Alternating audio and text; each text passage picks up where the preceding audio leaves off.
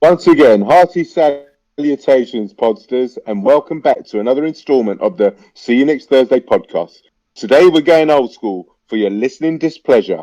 We've got the original crew comprising of the housewife's favourite, the guy with the salt and pepper hair and a glint in his eye, Billy, also known as Eds001. And now, the man who can start a war in a Buddhist temple. I'm not Billy. Also known as I had a promotion. He's had a promotion. And me, yours truly, Eds666. How are you, lads? I'm good, thanks, Evan. I was alright till you accused me of being Billy. I do. And I'm not so sure we've gone old school when you consider the age of the two people missing. I mean, they're the old school, let's be honest. I don't know why you're in denial about your age, mate. I'm young and beautiful still, mate. And I stand by that. All right, lads. We have a packed schedule today, so let's crack on. We have to start with the sad passing of Liverpool legend today, Ray Clemence, who sadly passed away, age 72. Naturally, collectively, we'd like to pass on our heartfelt condolences to Ray's family at this difficult time. Guys, for me, he was the best Liverpool keeper of all time. Talk about ridiculous consistency. I mean, call it boring, whatever, but it was effective, and that's what Ray Clemence was all about. Well, what I remember about Ray Clemence, I used to go and watch him with my Liverpool mates, and he was a commander of his area, one of the first who really could play with his feet as well. He had a great kick on him, but he was so commanding. He was tall, he took crosses, and he was a real asset to Liverpool Football Club. And he'd be sadly missed. Yeah. I just think it's a shame he wasn't in goal for England on the day Maradona came through. Because unlike Shilton, he would have made sure he got that ball over Maradona. Yeah. What was the situation with Clemence and Shilton? Because I was very young at the time and I didn't really understand what was going on. Were they sharing the England jersey, or what was going on there? I don't understand. For some reason, the managers just seem to prefer Shilton most of the time, and I don't understand why. Because Clem was a better keeper, in my opinion. I think Clemence had been in the job for quite a while, and he was the up and coming keeper. And at times they'd have Clemence in, but mainly Shilton started to take over, and he was the younger man, and I think he thought he was the future. So he was a shiny new toy kind of thing. Gotcha. Yeah, Listen, you can't, very much so. Yeah. I mean, there's no doubt in Ray Clemence's credentials. 3 European Cups, 5 league titles, 3 UEFA Cups, I think, and 2 FA Cups. I mean, outstanding credentials and a real roll of honour. But for me, I stand by that and say he was and is the best Liverpool keeper to date. I mean, maybe Alisson surpasses him at some stage. I was going to say, when you look at his roll call, you've got to remember he spent 7 years playing with Spurs. And before us, he was at Scunthorpe United, so he was not winning anything other than when he was with Liverpool. So, true. That, his achievements were spectacular, really. Absolutely. And listen, I always say that for me, the way I respect somebody in life is the personality and the humanity that they show and the grace. That's why I can't separate the sportsman from the human being. For example, let me give you an example. John Jones in the UFC might be the greatest of all time, but for me, he's not, because he's not the man he is doesn't go. I don't care what he does sporting wise. He's not a good human being. You see, with Ray Clemence, he was a gentleman and he was an excellent sportsman as well. So, do you get what I'm saying? Yeah, I get it. Yeah. Yeah. So listen, I think that's as I Klopp's said, philosophy as well with Liverpool players now. I think what's that, man? he said in an interview that Klopp, in an interview, he said that he looks at the player and his religion, how he lives, before he picks Yeah. the on ability. Because you've got to be a nice person to play for Liverpool, no, apparently. Yeah, but And Billy, I think that's a fine way to live. yeah, no, I totally agree with you. And you know what? It makes sense. I mean, a guy is going to be easier to manage if he's not out partying and you know in nightclubs 3-4 nights a week, and you know it's going to be easier to manage. So Absolutely. that's a you know it's easy. I mean, Klopp knows it. Klopp was a drink. Klopp went out and went out on nights out, and he knows it's a good philosophy to have as a manager. So fair play to him, you know, guys. Yeah, As I said, I we got absolutely agree with him, yeah. yeah, guys. Let's say we've got a packed schedule today. So should we start with the Premiership match reviews for match day 8? Yeah, go on then. Yeah. All right, guys. So Brighton 0, Burnley 0, bottom of the table slugfest. I was on the Friday, I think. Just So I did Go on, actually mate. watch this. It was just Brighton. They're toothless. That's their problem. They just haven't got a goal Yeah, scorer. lead it forward. And that Mopé's just not a goal scorer. He needs 40 shots to have a chance of just hitting the target, let alone scoring. he's a bit of a hothead as well, isn't he? Causing trouble down there, He isn't he? works hard and that, but he just doesn't seem to have the right mentality for me, you know, as in like focus on the game.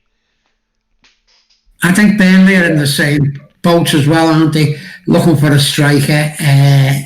You know, and I watched the game, Brighton and Burnley, and it wasn't a great game because there wasn't much attacking going on. All huff and puff stuff and no real quality up front. Their squad's decimated and they can't buy anymore because they're in the middle of a takeover, so Yeah, they yeah. can't spend money, you know, excess money on transfers, so they're in real trouble. How did a little wing back play, that ex Chelsea guy? Is it Lamptey. Tope? Lamptey, that's it. Yeah, yeah. He's good goal. He's the same. I mean, they have to play extra defenders to allow him to just get forward because he's terrible defensively. He's always getting, you know, he's rash. He makes bad challenges. He's always out of position. But when he's going forward, he's really good. You just have to take the rough with the smooth with him until he learns how to, you know, to cover defensively a bit better and calms down a bit. Do you think there'll be a change of position for him? He's not a I'll put him defender. further forward. He's a midfielder. He should be playing in midfield really. Problem is he's so rash. Yeah, I agree with He that. really is. He nearly got sent off in this match. All right, go. Let's move on to Southampton versus Newcastle. Southampton 2, Newcastle 0. Southampton proving they can produce winning football without Danny Ings. I think they're fourth in the table now. Yeah, but some more comments from Hasenhüttl, weren't there? What did he say? About it being, you know, the team's much better without fans. You know, they're playing much better without fans there because he can coach more and stuff like that, and the players aren't getting overwhelmed by crowds like and that. I thought, it's a bit of an odd thing I don't see an issue with that. It's just peculiar, but if it's correct, then yeah, but it's things valid. like that, you're better off keeping them to yourself because the next time his team plays against Newcastle with fans there, those Newcastle fans will have heard that. And they're going to ramp up the sound. Yeah, I to be honest with you, I don't think he's going to be there much longer anyway. That Hasenhüttl, I think he's going to go places. He's doing a superb job there. Do you remember when they lost by 8 or 9 to Leicester in the rain? When was that? Last year, just over a year ago. Was it last season? Yeah. And look what's happened now. He's taken them fourth in the table, reaping the rewards of Southampton staying loyal. Yeah, did they get beat 9-0 by Leicester? Yeah, it was in the rain. No. They were against 10 men, admittedly, but they still got pulverised. They were getting pulverised, weren't they, before he got sent off, if I remember correctly? I can't remember. It's a long time ago. Yeah. You know, well, it's not a year isn't a long time, but you know what I mean. It feels like a long time ago because a lot's happened since. Yeah, I mean he's a very progressive manager. I like him. I think he's not going to be at Southampton longer. I think he's going to get a top six job soon in the league. If it's not the Premiership, it'll be Spain or Italy. I think the guy's going to go places. Or Germany. I'm very surprised nobody's coming for him yet, to be honest, because there's quite a few clubs that need him. Maybe. I mean, obviously, this crazy pandemic situation we're in at the moment is kind of it's perverse, obviously, and it's kind of causing problems all over the place. So maybe that's the reason. Yeah, it could be. Could well be. And I feel so sorry for Newcastle fans. I mean, that is a massive. I mean, if somebody came in and bought that club, they could actually do a lot with that club. Can someone explain to me why Steve Bruce, though, is getting such an easy ride? Because they're awful, and yet people keep saying he's doing better than Rafa Benitez, and saying and basically calling Newcastle fans liars because they all think Rafa Benitez was doing a better job. But like nobody seems to be noticing that Steve Bruce has had many times the amount of money that Rafa Benitez had to spend. So why do the media keep comparing him and slagging off? What is it they've got against Rafa Benitez? They clearly don't like him. It was xenophobic, I think, with Rafa Benitez. Probably. I mean, the fact that they actually promoted that fat Spanish waiter thing was xenophobic. You know, that's just not right. I mean, it's just nasty, and it's at best. You know, and you see, everything's calm at the moment there. Because they didn't like Benitez because he stood his ground and would tell people why Newcastle weren't advancing as a club. Whereas now Bruce just chose the party line and everything's happy days at the club. You know, there's no Mike Ashley rebellion at the moment. He's just glad to have a job, isn't he, Steve Bruce? To be fair. Yeah. So, and it's his hometown. That's fair comment for him, like. Yeah, for that job, I mean, not a job in particular, I mean that particular job, he's just glad to be there, so he put up with any old crap from Ashley.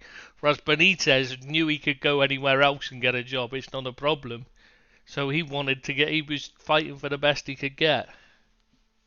Yeah, it's a very sorry situation, and they deserve better, those fans, because they deserve success. And I feel sorry for them about it. Yeah, with that takeover, it didn't happen for them, you know. And I hope something comes up. I hope something comes off for them soon, because that is a massive club that can do massive things in the world of football.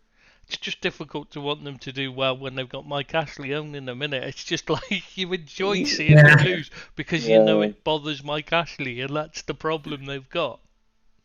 Yeah, they need to get rid of him. He has to go. Yep, true. Yeah, as well. Guys, Everton 1, Manchester United 3. Carlo Ancelotti driving the bus, wheels coming off. Take it away, Billy. Well, to be honest with you, I thought it was a really good game. Sorry. I thought it was a decent game. I don't think it was as bad as what people are making out. I thought we'd done okay. But United have got some quality players, and you know they're not everyone's cup of tea, United, but they have got some really good players, and I thought they played well against Everton. They're better away from home. I don't know why, but they are better away from home. The results prove that. But we just, as Everton, speaking on Everton's behalf, we just never took the ball by the horns. We got in front, and then so many defensive errors let us down. Silly errors. But that's the way it goes, I suppose. Until he gets his people and he wants, it's going to be like that for Everton for another couple of windows yet. So what's the difference between Everton at the start of the season? Well, not that we've gone far in the season now, but earlier in the season and now. Why is it calamitous now? And it was so free-flowing and easy a few games ago. I just don't understand. Is it that teams are coming back into fitness, or your? No, it's not just that. It's we played with Richarlison, which is a great outlet for us.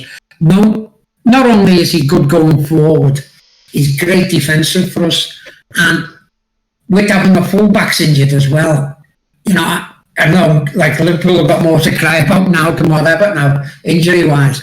But when you get injuries and you haven't got a strong squad, that's when you see the problems come up. And there's the tiredness as well with this pandemic. You know, the games playing close together, so you can't just keep the same players in like a small squad to get them used to each other. No. Can you? So. But we haven't got the squad to cope really, Tris. We've got besides our first 11, the rest of the squad's pretty poor. And when you're having people bringing in people like John Joe Kenny, no disrespect to him, but he's just not good enough. And you know, playing players out of position, and why Carlo keeps going on with players like Sigurdsson. You were going to say that. I just said it in my head. He's going to say Sigurdsson. Yeah, say Sigurdsson. I can't see why he plays, but I'm not the manager. Well, we had this conversation earlier, didn't we? He's the hide and seek champion of Merseyside now. Gets on the pitch and vanishes. Yeah. He does, yeah. He won't be playing if we have our full squad out, but we're not, so he is. And it's just the way it is at the moment, I'm afraid. Billy, has Holgate coming in for Mina made a difference? Not as you'd tell against United. He was very rusty, and you know, people have got to play together to form a partnership. And with him being out, he was very rusty, and he never had a good game at all, Holgate. What about the Pickford thing? The situation? Do you think that's helped matters or made matters worse, or not affected anything? I don't think it's affected anything that, you know, because he made a couple of good saves actually, Pickford. But I don't know about the unity of the squad and whether people being guaranteed the places is a good idea. I don't think it is. But I thought Robin Olsen come in and done really well, but then he was dropped. I don't like that form of management, but you know, Carlo Ancelotti knows a lot more about football than what I do, so I'm going to have to stick with him. See, Billy, you know what? The Pickford situation has for me, in my opinion, has direct parallels with the Ole situation. Pickford, but we all know that they're on a stay of execution, right? We all know they shouldn't be at their respective clubs, Pickford and Ole. But what happens? Pickford makes a few good saves, lets a goal in, and he plays again the next game. Ole loses 2 games. The next game's going to be his last game. Then he wins it. They all start playing for him, and he wins it, and he keeps his job. I think they're both exactly the same stories. Do you get what I'm saying? I can see that. Yeah, I can see exactly what you're saying, and I can't argue with you. You're right. Olsen should have had that job. He dropped him for a game. Why drop him? Because he's not playing well. So that's the only reason you drop him. And then straight after that, you're saying, oh, he's only going to get dropped for 1 game. What you're telling me becomes a better keeper just after being dropped for 1 game. I just don't get that. But then, you know, like you said, his opinion. Carlo's opinion was that he dropped him to get him out the firing line because of all the abuse and having to have security guards because of the death threats, and that he took him out for the game. Now, this is just Carlo's take on it. And so he thought he'd give him a bit of a rest, take him out the firing line. I'm not happy with that, but that's the excuse. If you're a goalkeeper, you can't handle stuff, you know, when it's going wrong, then you're really in the wrong job, I would say, because that's the one position you can't hide. You were going to say you can't handle stuff thrown at him. He can't handle stuff thrown at him. No, because he dropped it. Goes through. I mean, this is what Carlo Ancelotti's saying in public. In private, it's something completely different. He's not going to turn around and say, look, mate, you're shit. You know, you're getting dropped in public. So I'm assuming he's going to have some defence of his keeper in public, you know. That's just good man management. Yeah, but you still, you know, if you put another guy in for a game and he plays well, you don't then hook him back out and put the other guy back in. That's bad management. That says more about Ancelotti. Yeah. But then, you know what? He's got credit in the bank, Ancelotti, for what he's done for you. Exactly. So, you know, Yeah, his career does keep him in a job a bit longer. I mean, he stayed in the Bayern job long after he should have been sacked because of who he was. So Yeah, but also with Everton as well, he's got players at that club that really wouldn't. I don't even. No, no, I mean no. this with the I'm greatest saying respect, Billy. you've got to give him time because of his past record. Yeah, Because if he gets yeah, it right, you can't. That's what I'm saying. yeah. I wasn't saying he's about to get sacked because of how it went at Bayern. No, no, no, I was no. just I saying. I was understand. backing up. I was saying you've got to give him time because you know Yeah, what he can do.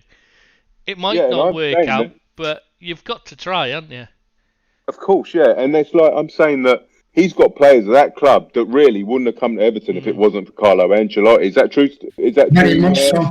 Exactly. So you got to let him have James his, only went let him do it. because he wanted to play for Carlo again, for Yeah, instance. and Alan, I don't Yeah. think you would have Yeah, got Alan in Alan. a minute. Well, they wouldn't have gone for him if it hadn't been that Carlo had Exactly. managed him Yeah. at Napoli and loved him. Napoli. Yeah. Yeah. Yeah. Wanted him Yeah. again. Yeah.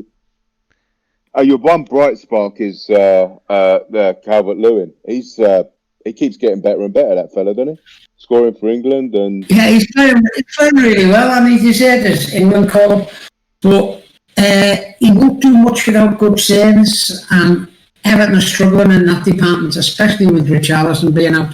So, I think you'll see him improve even further once we need a new winger. We need a new creative midfielder. But when we get them, I think you'll see Dominic Calvert-Lewin come on even more. I think he's a fantastic player. Yeah, because without Richarlison, you play too many long straight balls up to him. At least if they're on an angle coming in from wide, he can do something with them. Because they're easier to control, they're easier to do something with. When they're coming straight, they're either coming over your shoulder, so you can't really control it as easy because you're having to look and watch and keep looking back, or you're having to stop and take it facing the other away from goal, so it makes it a more difficult job. Whereas if it's coming from an angle, it makes it easier for him to go onto. And that's the big difference, I think, without Richarlison, because you haven't got anybody else who can. Bernard, I just don't understand him, because he's clearly got ability, but it just, I don't know, you watch him and you think he looks like he's working hard but he doesn't seem to achieve anything at all. It's weird. He's a bit lightweight for the Premiership for me. He flits in and out of games. He's got skill, but he flits in and out of games. And as much as I like him, he doesn't put any good balls in or anything like that. He can do, but he never seems to actually do it. It's odd. If I was Carlo, I'd go 4-4-2, stick two nippy wingers who can cross the ball on the head for Calvert-Lewin. I'd go, yeah, exactly. I'd just go old school if it was me. I'd just play to your strengths and then get a number 10. All right, guys. They'd be relegated. What about Man United? We're going to mention them. I think we best add, hadn't we? Yeah. Well, Ken's not here today, so they played very well against Everton, to be fair. Were they good, or was it just Everton just let them play the way they wanted to? A bit of both, but don't take anything away from United. They were really good. But I just thought Everton just were a bit passive. You know what I mean? There was no intensity to their play. They didn't force Man United to do anything special to beat them. It was quite worrying.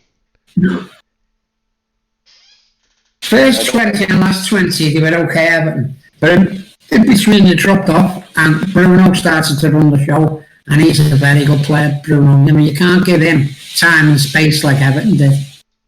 And he was man of the match for me. He was very good. I feel he's going to be Man United manager. Freudian slip.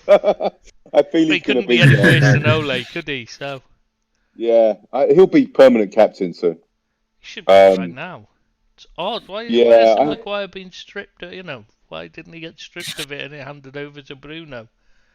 Odd. Yeah, and that's some feat to come into that Man United. Not that they're a great team, but what I'm saying is to come in for a season and take the captain armband. That shows some dedication and commitment and for the cause. So fair play to him.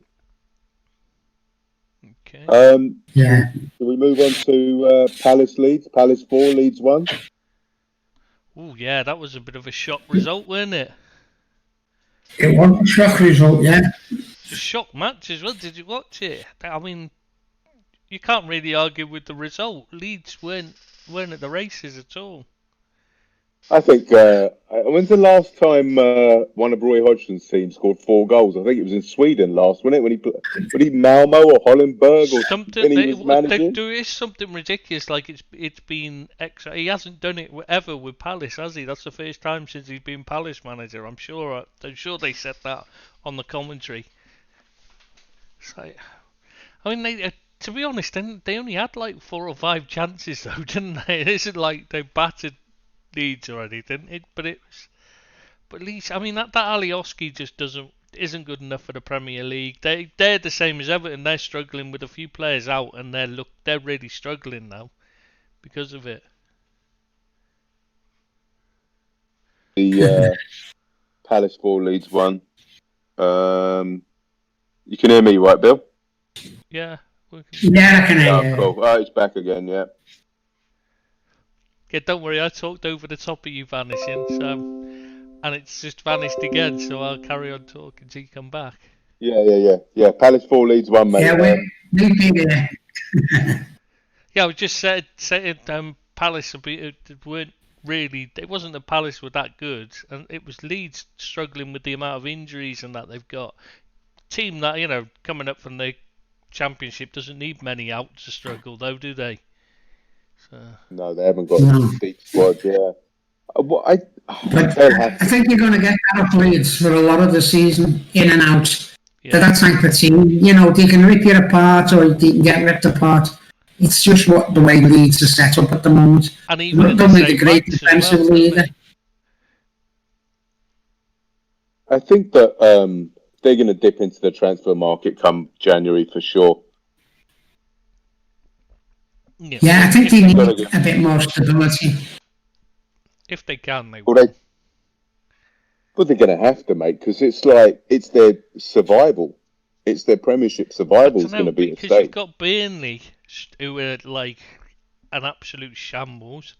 You've got West Brom, who are a joke at the moment. I don't know what's happened there. Yeah. And then there's Fulham, who are dreadful. And there's 3 there that they should be able to finish above, because you can't see Burnley buying anyone in January. You see Fulham splashing out on a load of dross that takes them down.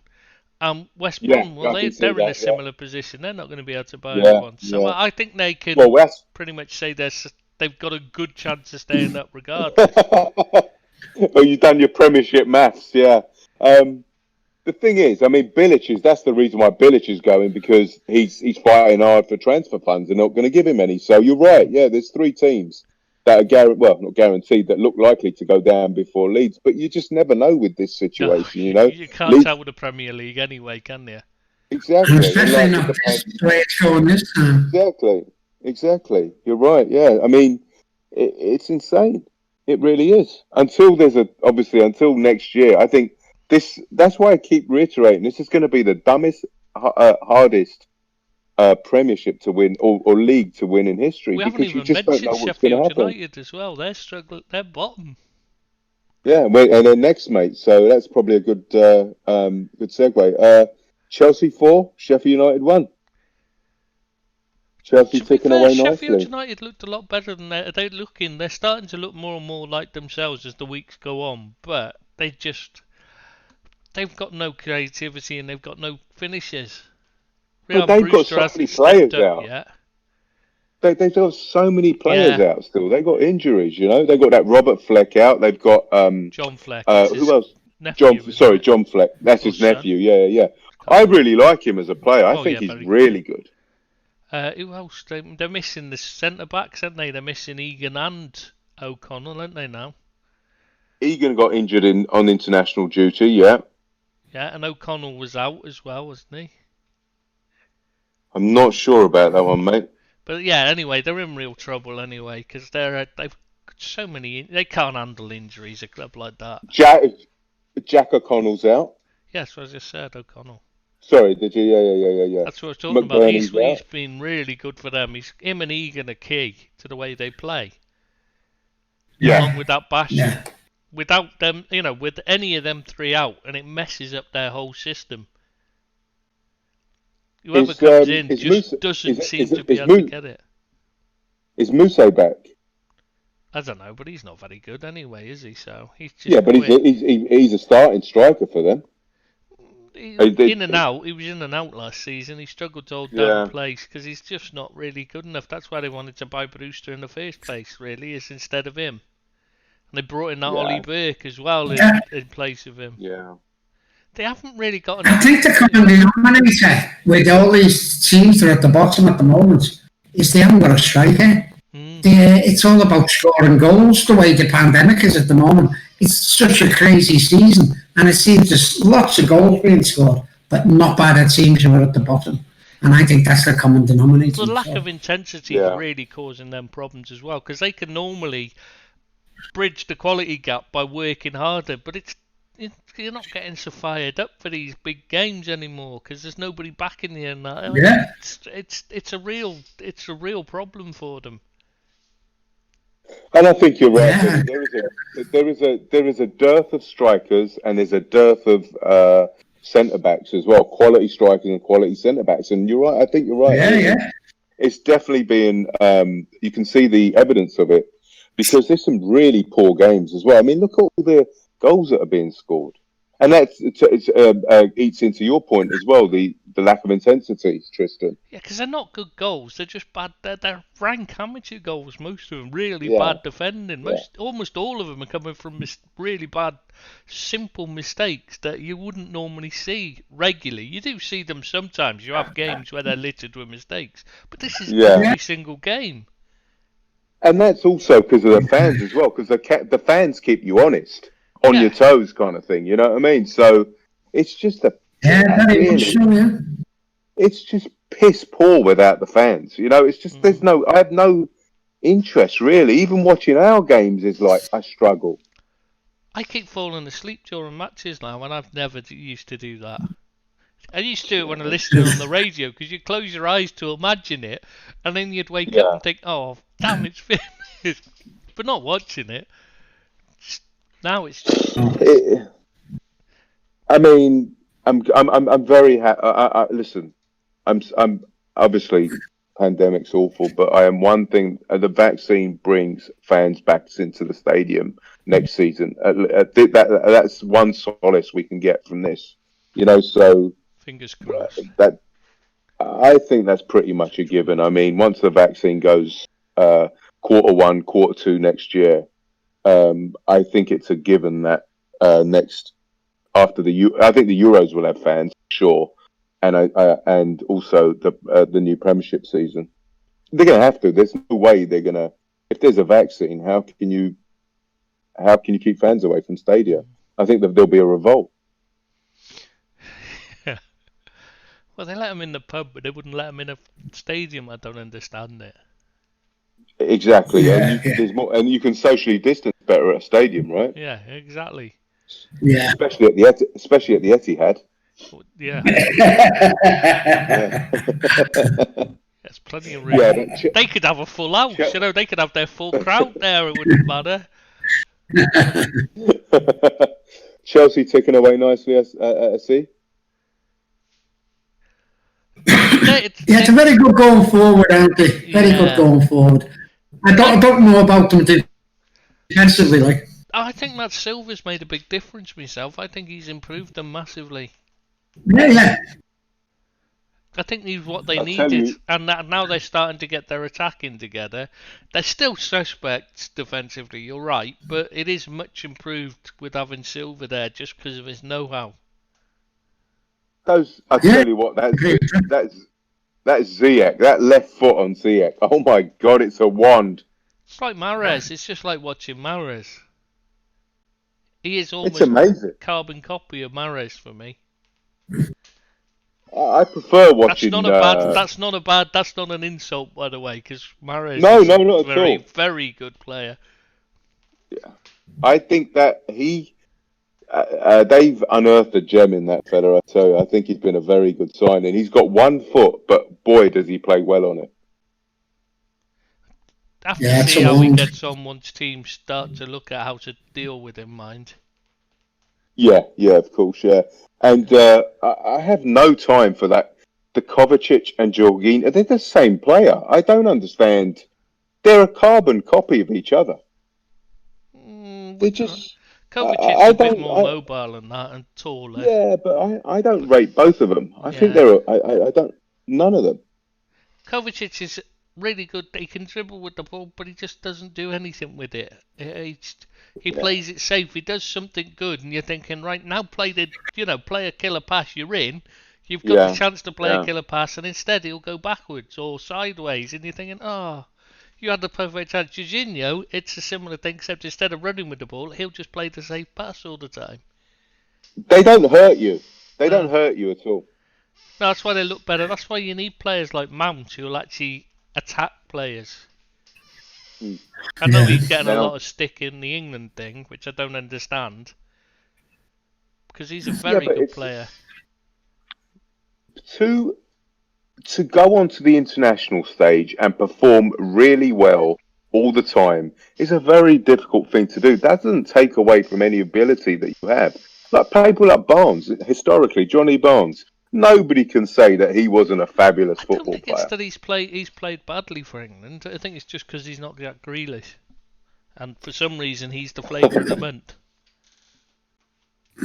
No, but my point still stands with John Barnes. He never really did it on international level, but he was an incredible. He wasn't allowed to play the way he wanted to. He played a totally different role for Liverpool than he did for England. That's the difference. Yeah. But you have to put Chelsea in the mix for Premiership challenges, correct? I don't know about challenges. Definitely top 4. I think you've got to put them in challenges this season because they've got a big squad. So they're one of the ones that have got the potential to weather any, injury storms, etc. And just keep. And again, Bill, away. They'll go. Depending on the position they're in. I mean, I think that they're going to put their fingers into the transfer window in January. They certainly could do, yeah. Yeah, the money's there, yeah. I think they're strong. I wouldn't discount them. The only thing that's holding them back is Lampard's tactical ability. He's got caught out a few times. So.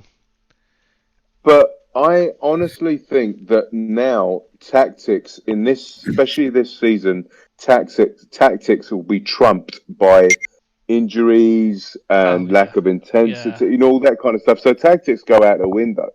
They really do. It's just luck now. I mean, if you win the Premiership this season, you're lucky.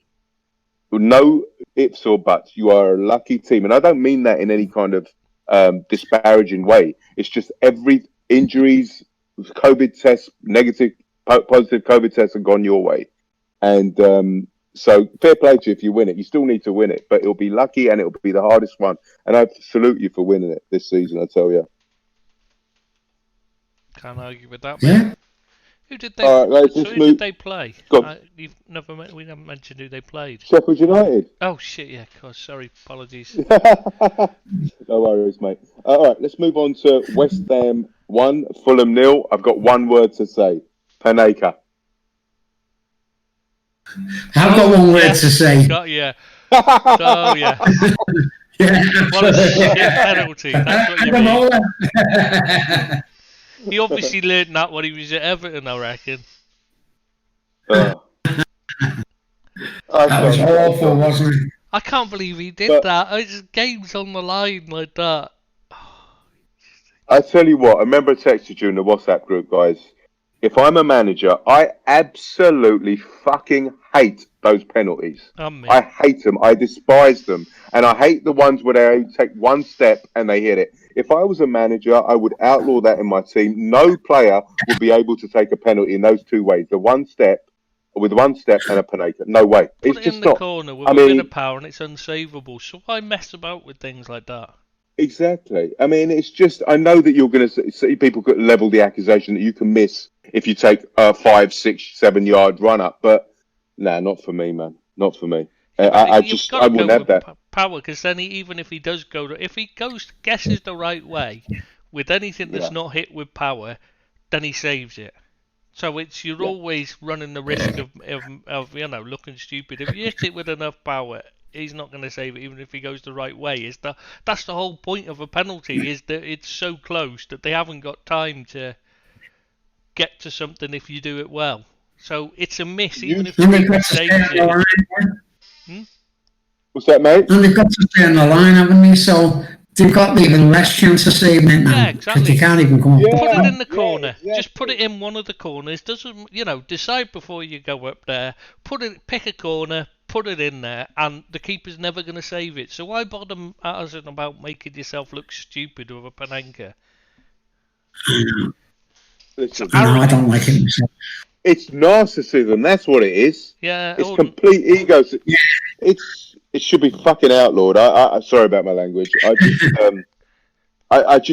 just despise that way of taking a penalty. Listen, I know it looks amazing when you score it, but you're not Zidane or Ronaldo. You know what I mean? You're not going to just put it in a corner. Even if you are, I don't like him, to be honest. I wouldn't. Nah, me neither. I'd rather, like I said, I just want them to do it right, getting in the corners, and then it's not savable. So why bother asking about? And what Billy says is so correct, because it's harder to miss a penalty than score it. So why limit your chance? Exactly. You know, why give it's absolutely. Anyway, let's talk about the game. Not a lot to talk about. It was awful. Yeah.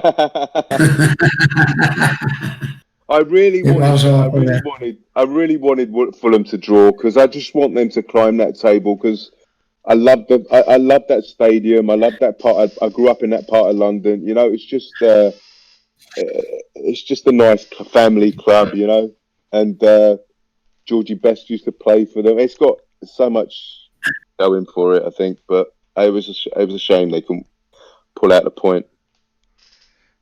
And to be honest, they wouldn't have deserved it. Really, they were poor. Mind so, I mean. Say that, thinking about it, so it wasn't like either side were any good. So. Yeah, I mean, he's definitely, like you said earlier, like you alluded to earlier, they're going to buy a lot of crap in January, pay him good money, and they're going to go down anyway, because Scott Parker is not going to keep that team in the Premiership. Clue, has he? Let's be honest. No, yeah.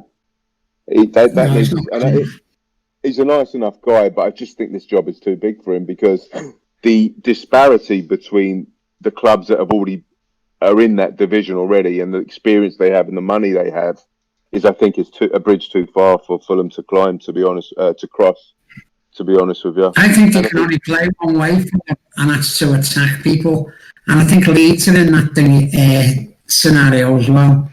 They've got no defensive capabilities, both teams. But the problem with Fulham is they don't attack people; they just pass it around. Pass,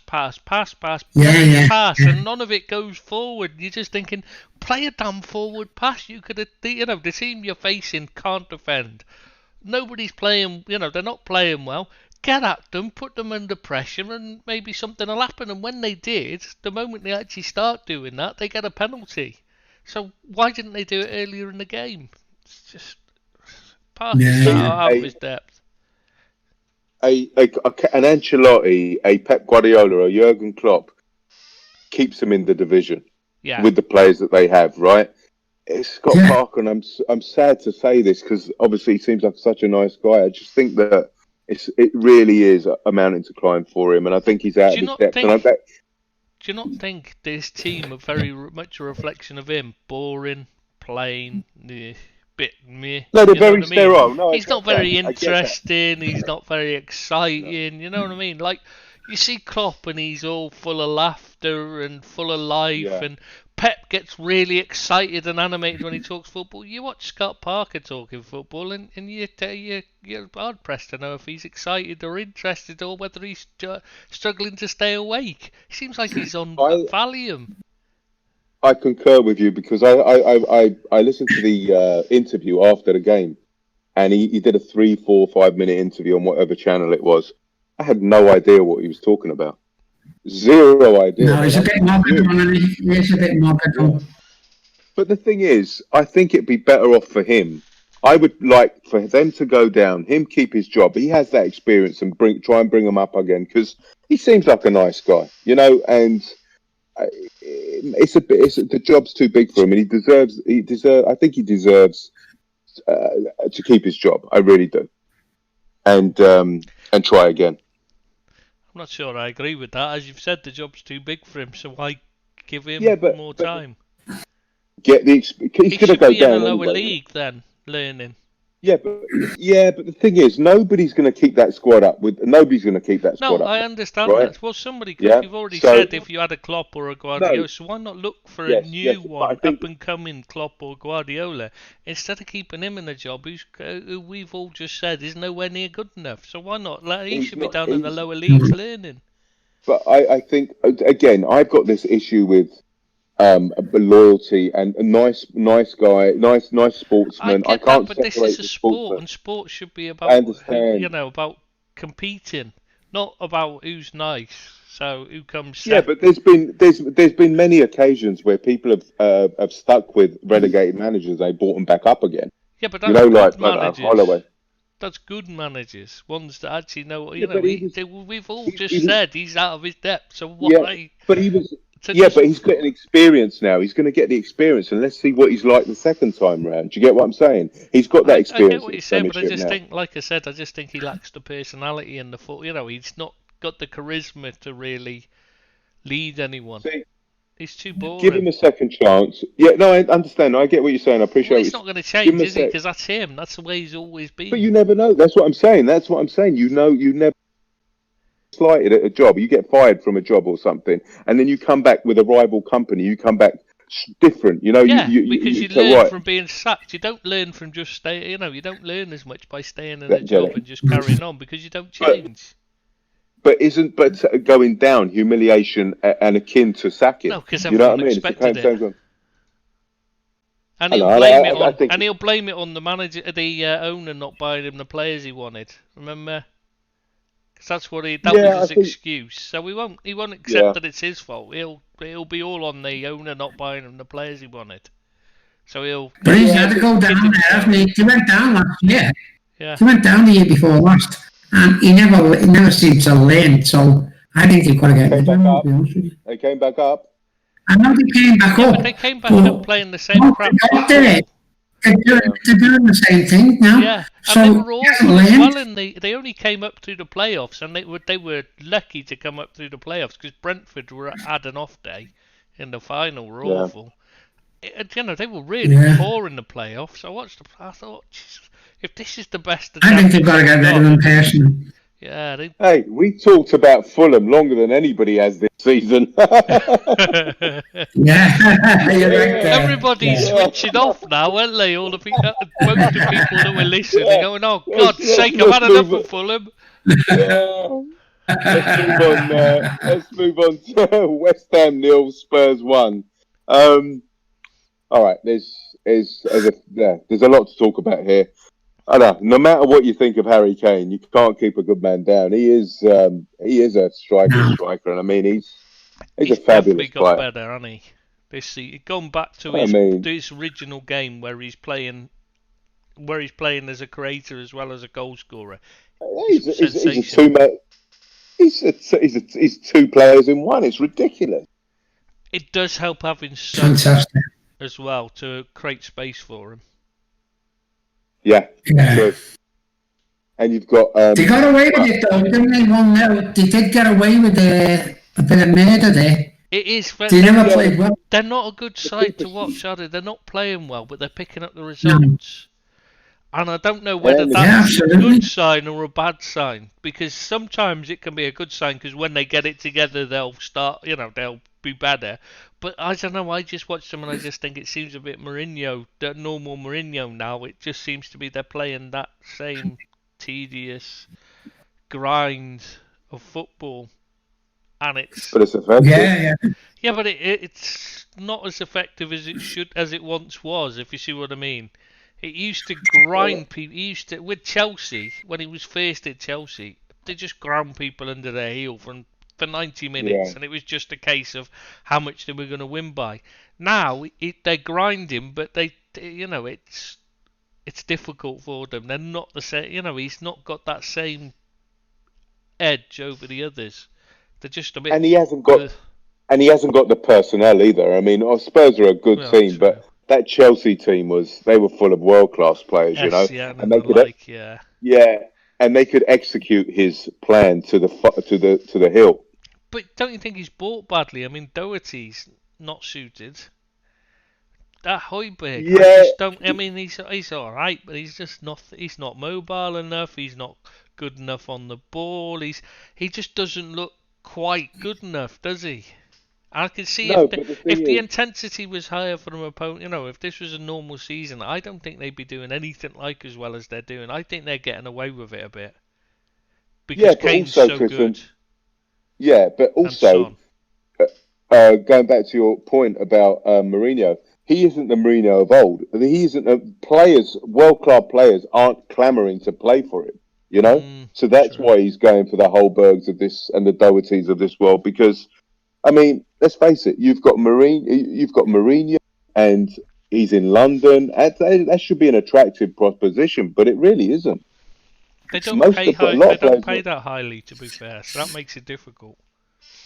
Yeah, it does. But also, if it was Mourinho of old, that would have Yeah, been true. he would have reconciled that. You know, players would have been beating themselves up, each other up to play for him. So he hasn't got that attraction and that gravitas and that pull anymore that he used to have. Yeah, he's a bit. He's not the same happy guy that first appeared at Chelsea No. that everyone fell in love with. Now he's just a bit of a miserable get, and his teams play like that.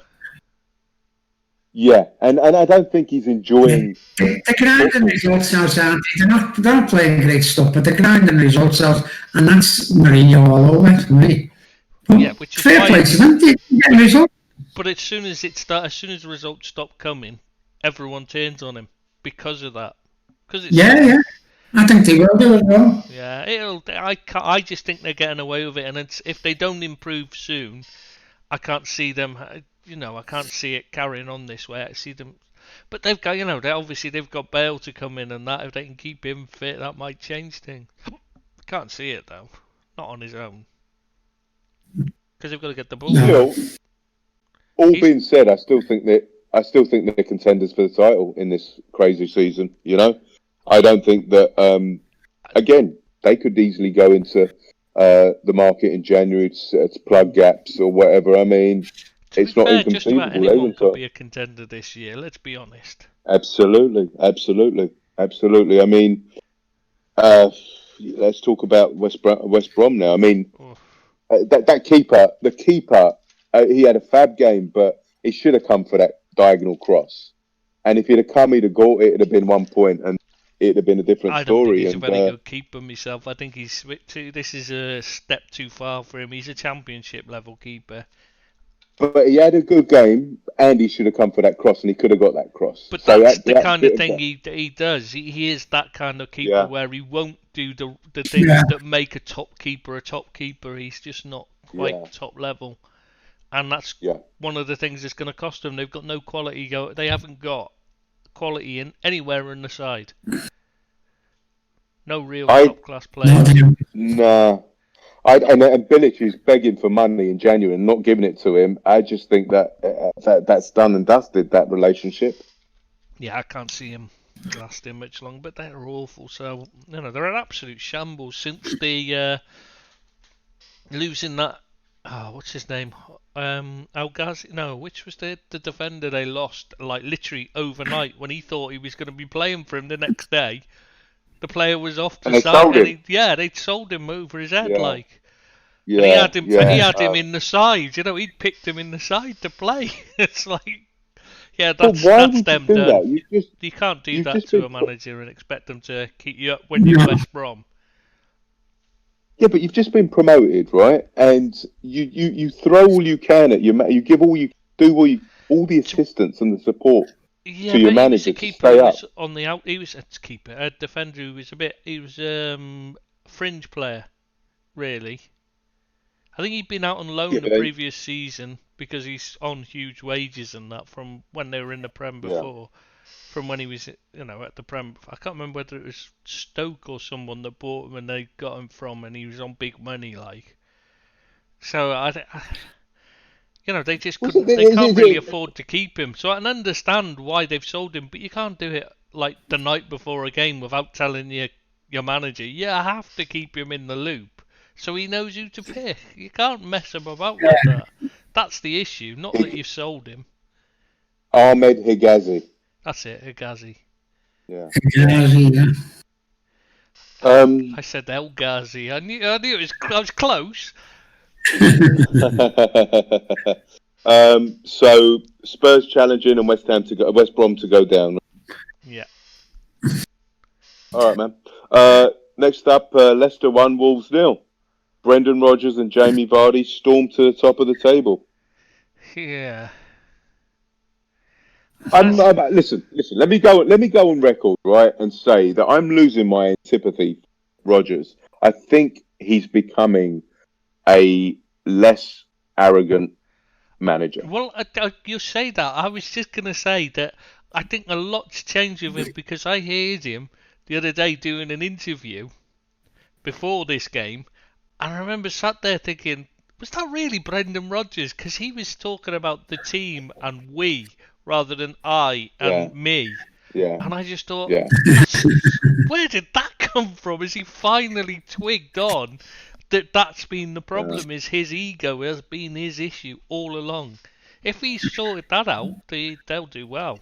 But whether it's enough to win the league, again, you know. You see, this is what I'm saying. People, second chances, people change, experience. You know, because he's been sacked. He got the sack. That was because of it, and he's had to go away and rethink it. Scott Parker's just carried on, just carrying on as is. They don't learn from it as much. You need to have a life-changing situation to really change yourself, your attitude, your way. You've got to give them credit, though, haven't you? You've got to give them credit because they're playing nice football as well.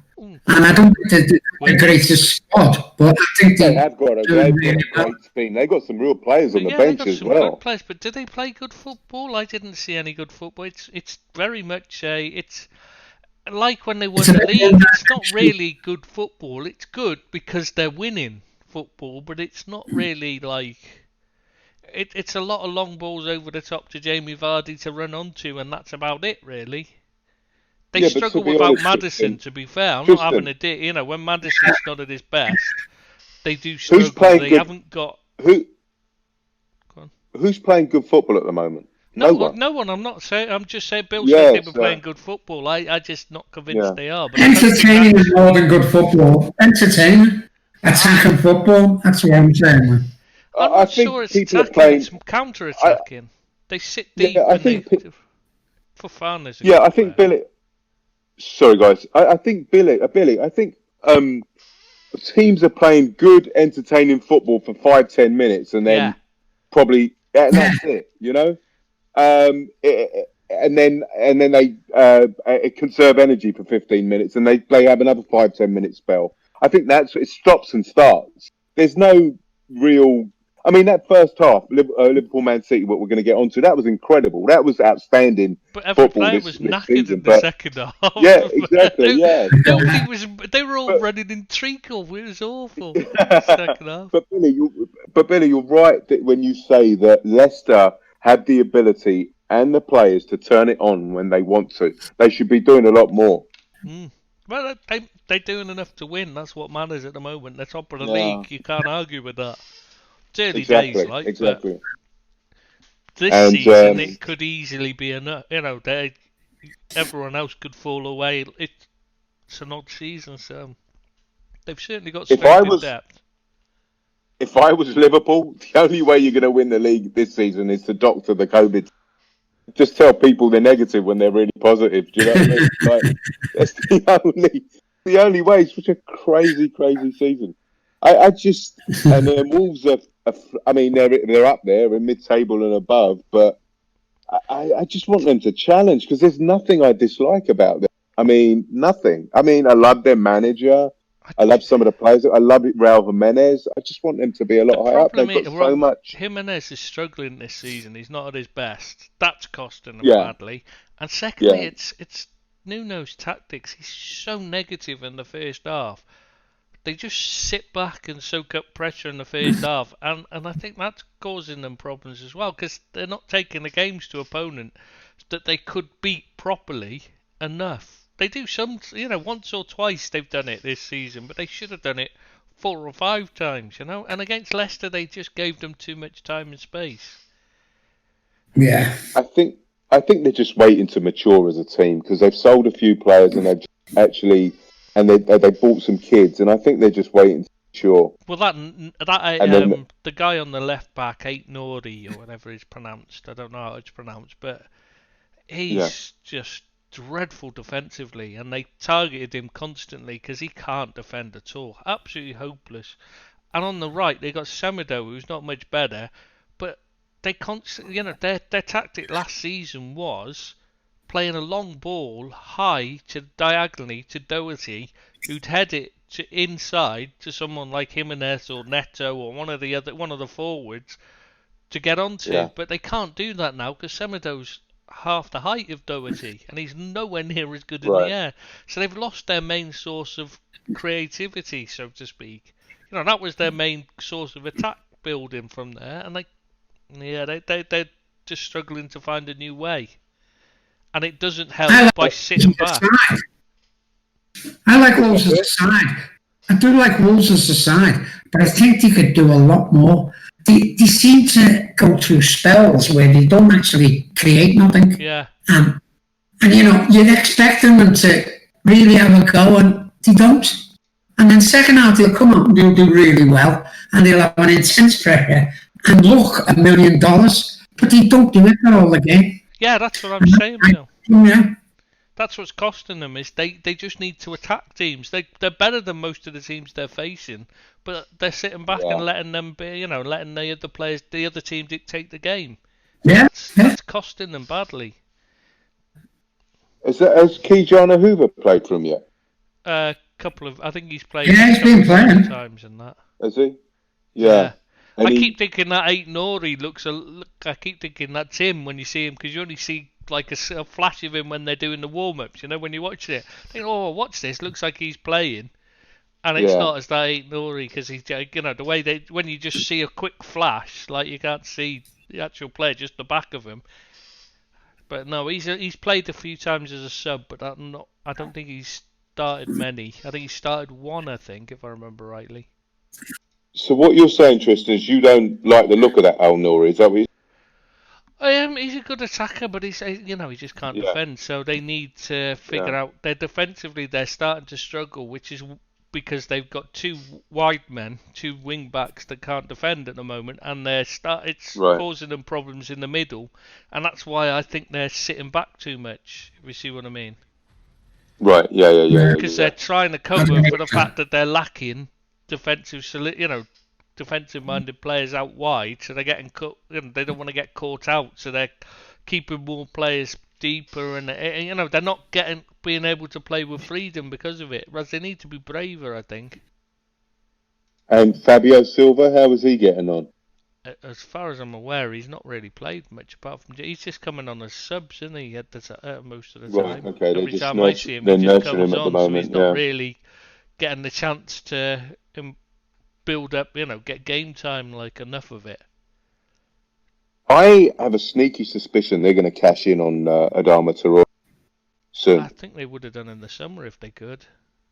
He's made 2 appearances, Kiani Hoover, by the way.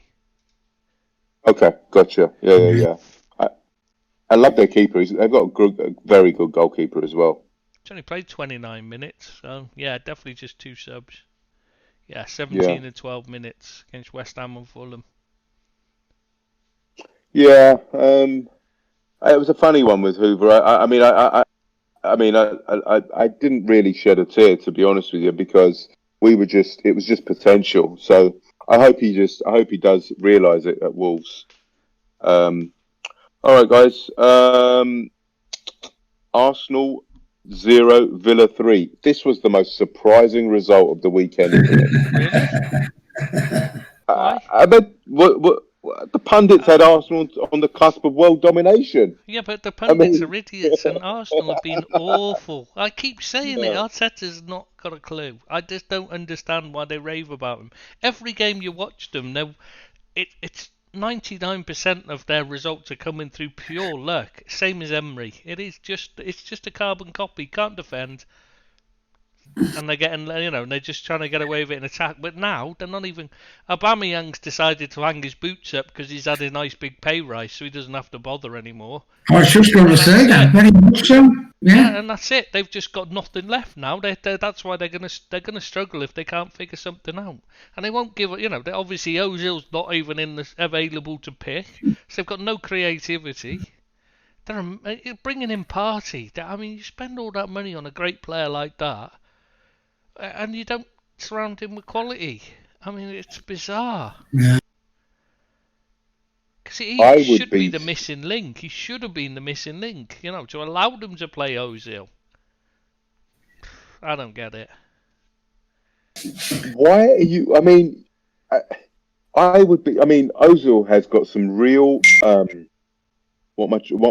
I say this? I would be seething if I was Ozil because they have treated him so poorly. I mean, you're paying somebody 300, 400 grand a week, right? And he wants to play, and they're telling him that that you're a bad influence on the squad. I would be seething, man. Well, he's all right to Absolutely train with the just- team, so they've got him doing training with the first team. So that doesn't ring true with me. Because otherwise, if he was Yeah, a problem, if he was a bad influence, he'd be training with the kids. Yeah, there's Or the a political reserves, issue whatever. somewhere, or a deeper issue somewhere going on there. Yeah, I mean, And the Gunnosaurus thing. Have you seen what they've done with that? Yeah. That's it. Said he's coming back, but then they didn't mention that it's actually not the guy that normally plays him actually playing him now, except maybe occasionally. They're going to split it between about 25 people or something. Ridiculous. They're just a mess, But- Arsenal. They're badly run, and it's from the top down, and there's not one until they've got the players there to be challenging, but they're not going to do it while they're run like they are. and you're right. You guys are right about Aubameyang. I mean, he was unplayable when he was about to sign a contract. When the negotiations were going on. Now he's got his contract. You can't even. There's like he's. Has he broken sweat He's like. since, do you think? Yeah, it's like you can't even. You don't. Nobody knows where he is. You can't get. He's on the pitch, is he? I mean, it's weird. Well, It's really. this is when the manager comes into his own because he gets the performances out of these players, and Arteta's not doing it. They've got the players there, so there's no excuse for them to play so badly. I mean, Lacazette has shown quality in the past. Now he looks like he looks like a donkey at the moment. I think what it is. I think there's no. Obviously, apart from the wage salary, there's no incentive to do good things there. And then really, they should be thinking, the manager, like you said, should be saying to them, look, this is a topsy-turvy season. We put a run together. We could easily be challenging or second and definitely Champions League places because so many teams are going to take points off each other. This could be our season. This could be the start of something. But I mean, and you're right, the manager, it needs to come from the management. And it's nothing. I mean, to lose, I mean, come on.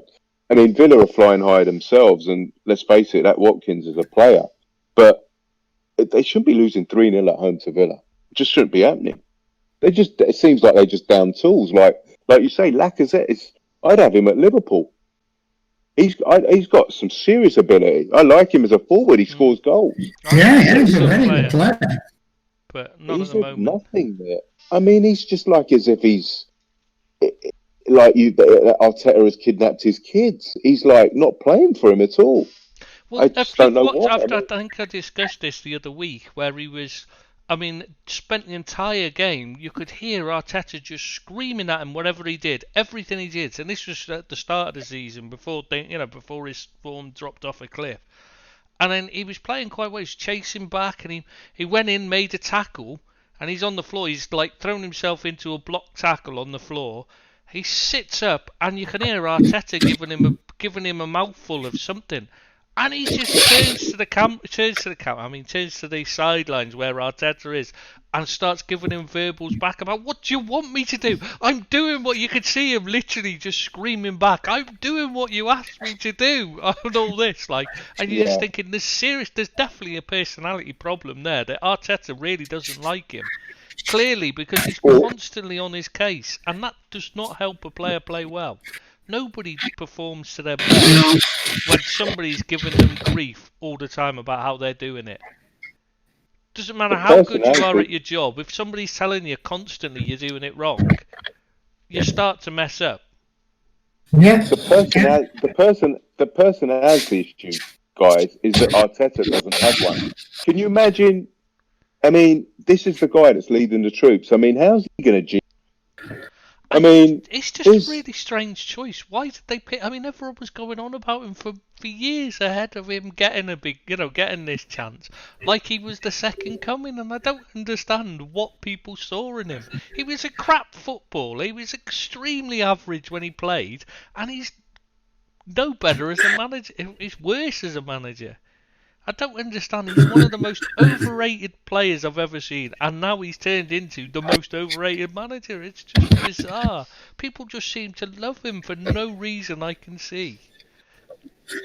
I just don't understand what he does that makes him, people think he's super special. He's got nice hair. That's what it is. Let's face it. Right? The thing is, he's no different to Sean Dyche to me. I mean, I think Dyche is better than better man. Got better results than him. I'd rather have Dyche if it was my team. I'd pick Dyche over him every time if I wanted to. If I had a manager and the choice was Dyche or Arteta, I'd say, give me Dyche, please, every time. The football may be worse, but it's not much worse. I have a problem with managers that don't show expression. And Arteta doesn't. He keeps the same expression all game. I mean, it's when you're playing football and you see your manager like that, I mean, it's like, what kind of impetus is he going to give you? Or sitting watching the TV screen like Ole is. Yeah, exactly. But what I'm saying is, but there's no, I mean, you don't have any impetus to change the way you play or do something positive, because it just baffles me why they do that. But then again, the problem for me with Arsenal is that everyone's trying to live up to the legacy that Arsene Wenger left, and it's not going to happen. And it was a totally different time in football, and he was a fantastic manager. And no one's come in with his sort of attitude, his sort of class that he had. And I think that no one is going to fit Arsenal at the moment. I think they're struggling to find anyone who's going to. They needed someone ahead of the game, didn't they? Like Arsene Wenger was when he came in. And unfortunately, that isn't Arteta. Oh, you lot have gone again. Nagelsmann. They should have got Nagelsmann before they got Emery. Yeah, they should have done. That was a mistake they made. Nagelsmann would have been the right man for the job at the time. I think Nagelsmann's probably the right man for any job at any. Yeah, but they're not going to get him now, are they? Because he's just settling in at RBL. They reckon he's got an 8 million release clause on it. Yeah, but not being funny, would you take the Arsenal job? Never. Exactly. That's what I mean by that. If you've got RBL or Leipzig, you're going to stay where you are. Let's be fair. Ed 002 has been profound. He's been profound and elaborating about how bad it is at Arsenal, how badly that club is run. And I didn't realise until now. I didn't realise it was that bad. It is like you said, it is a shambles down there. I mean, it is it's a cuckoo nest. It really is. They need to get rid of Edu. Yeah, and what did Tony Adams say? I think they were for Bellingham, but Edu came in and said no because he didn't know what the player was or whatever. And it's just nuts. It just seems like it's egos running that place. Yeah, I mean that's the problem with Ozil is Edu. Is Ozil available for in January? Is he available to be signed? Yeah. On a so conceivably, somebody could sign him, pay part of his wages, and Arsenal pay part of it, and he could play for another team. Correct? Yeah. I hope he gets a move. I really hope he gets a move because it's just terrible what they're doing there to him. And a player of that quality. Yeah, exactly. Guys, let's move on to the last game in match day 8. Manchester City 1, Liverpool 1. We have a lot to get through. Not much about the game because the game was it was brilliant first half, and then 22 people just wandering around the pitch knackered for the second half. Oh. Yeah, the first half was a mighty incredible game. It was very watchable, enthralling, exhilarating, etc. Second half was the complete opposite. Their legs had gone. You could see half of them could barely walk. Why was that? Because they put so much intensity into the first half? Or it's at the end of all the travelling, they played non-stop, lots of games, none had a proper pre-season to get fully fit in the first place, and then it's game after game after game, and then they go and play high-intensity football. The legs are gone. I think they both started out to win it, and both teams went to win it, and then it got to a stage just after the first half where no one wanted to lose it. And I think it was a little bit negative for me, the second half. Yeah, but if you watch them, all the legs are... I mean, most of them could barely run. Yeah, I'm not saying they weren't tired. That's why they started to play not to win for me, not to lose. I mean, because there was no energy left to attack. I mean, Wijnaldum normally makes bursts into the box in the last minute. He was doing that in the previous game, and he'd obviously run himself into the ground in that one because he had nothing left this time. Yeah. Let's paint the picture here. Klopp bamboozled us with playing all four forwards. Jota on the right. That was peculiar to say the least. That was a bolt out of the blue. Well, it did for the first 20-30 minutes. They bamboozled Man City. But I don't know, because I think they'd been better without. I think it made a mistake because they were all over it. They were all in each other's way, and that's why we didn't take a bit. I think the chances were there to actually do better, but Jota was awful. I mean, shots were going all over the place. He's not a right. He shouldn't be on the right. No, he's a right-footed player, and he doesn't look comfortable on the right, which is odd to me. But he just wants to cut inside and shoot all the time. It's like nobody wants to go down the outside and put a cross in anymore, do they? Or play a ball in from the far. Mm-hmm. Yeah. Now explain to me, lads, why did he do that? Did he want to just... Why did he play 4 up front? Is it because he wanted to just keep City guessing? Was it an injury situation? Was it... It was Jota scored a hat-trick, so he had to put him in. Yeah. And he didn't... I think he wanted to play Jota. What's that doing? I think he wanted to play Jota. I think he wanted to play Jota, but he didn't want to drop Bobby. Yeah, it's that simple. He wanted to play Bobby. He was trying to fit Bobby into the side because he loves Bobby. And he's not going to drop Mane or Salah, are you? No, you're not. No. So you've got a problem there, and it just doesn't work like that. He's got to take the ball by the horns, and one of them has to be rotated. Yeah, it didn't work. The problem is, you play Jota in his best position and rotate him with Mane. Mane's off in the summer. There's no two ways about it. I'm not being funny. Mane can play, but you can play Mane through the centre or on the right just as well. He can play on the right. That's what I didn't understand, is why he's put Jota on the right instead of putting him on the left when Mane can play on the right, because we bought him. He was a right winger.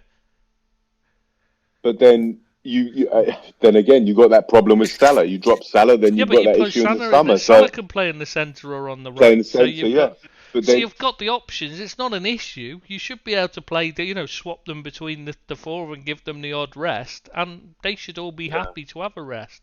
I mean, Salah's going to have a rest anyway now, so problem solved. But you can see once Bobby goes off in every game we've played, we lose control in the centre. We really do struggle to build anything without him in the team. Now, what's Jota like during? No, we played Jota on the left. Who'd you play in the middle? Minamino. Yeah, you've got Minamino. Oh You've no, you got play Salah. Salah or Mane can play there. Yeah, You've still got it's an Origi, remember? Yeah, true. But I think that obviously the level drops off when you play Origi. That's no Yeah, but slight I'm on saying Origi. when you've got to rest and rotate players, you've still got the option. You've Yeah. got plenty of options. There's no reason they couldn't. So what you're saying is Klopp bottled it for this game. He should have made the decision. He bottled it. I think he got it wrong. I don't think he bottled. Yeah, I Yeah. think he just thought, well, I'm going to stay with the players that are playing well and put Bobby in as well. Yeah. And it just But didn't the work. other thing, The thing he bottled for me was when he brought on Shaqiri, he should have gone back to a 4-3-3. 4-3-3. Yeah. And put Shaqiri in central midfield, but he put him out wide on the right, and that didn't work at all. Yeah. Shaqiri's been playing really well in midfield. I don't understand why he didn't. Yeah. City's midfield's awful at the moment as well. Even De Bruyne is looking Yeah. like he's done in. He's looking half as He missed- player he was. Without Silva, missed the they penalty. they look shadow of the team. All over they the were. place. Yeah. Yeah. They I really feel do that. miss David Silva. Yeah. I feel we missed the trick not going to 4-3-3. That second half, if we'd have gone to 4-3-3, I think that would. And to be honest, you're saying that with the injuries, I think that with the injuries we played that as well, because there's only, Gini and Hendo really in the midfield. So it was a difficult one, you know. Milner, yeah, but yeah, he had to come on at right back. I know of it at the time, but he could have played in midfield. Is what I'm saying. I think it was a mixture of a few things. I think he wanted to be surprise City. He also wanted to play loyal to the players that were playing well. So I think it was a mixture of things, and it was one of them that he just, he wasn't and probably. He wanted to protect Matip, I think, as well, because he was just coming back from his first game back for a while and stuff like that as well. He wanted the extra player. Absolutely. If we'd have had Fabinho, I don't think he'd have done it. I think he'd have gone 4-3-3. Because then you've got Fabinho in the centre. He provides a lot more solidity on his own. You don't need two midfielders in there. Whereas I think he thought, without him, you need the extra body in there. Especially as Pep's been playing the extra bodies in the midfield. He's been playing extra. He's been bringing the fullbacks in, or putting Rodri in. He's got Rodri in there and Gundogan usually, or sometimes Fernandinho when he's fit. He's been playing them and bringing the fullbacks in a bit at the moment. So yeah, I think that. Listen, it's a learning curve. Even Klopp makes mistakes, So I just honestly, I'm not trying to be arrogant or whatever, conceited. I just feel that City were there for the taking, and we missed the trick. And we'll learn from our mistakes. We'll learn from our mistakes for sure. Yeah, we're looking at it with hindsight. This is the thing. Even watching the game, you could see. The only thing you could see at the time that I would have done differently, looking at it at the time, was when he brought Shaqiri on. I would have liked him to come on in midfield. That was it. Yeah. That was the only thing I see that he could really have done much different. And both teams actually. Let's be honest as well. City countered us after 25, 30 minutes anyway. They should have been going in 2-1 at the break. They had chances. Jesus had a header, but we had chances. So, it could have gone either way. They had quite a lot of chances because Matip kept giving them the ball. Yeah, I think if you'd been offered the points at the start, I think both teams had to chuck it. Oh, definitely. Yeah, for sure. Especially at the moment when we're missing Van Dijk, etc. You just say, yeah, take a point. Yeah. And all right, guys. Is this a juncture to talk about the Gomez injury? What Southgate said about it? Yeah. Yeah, let me just put it in context.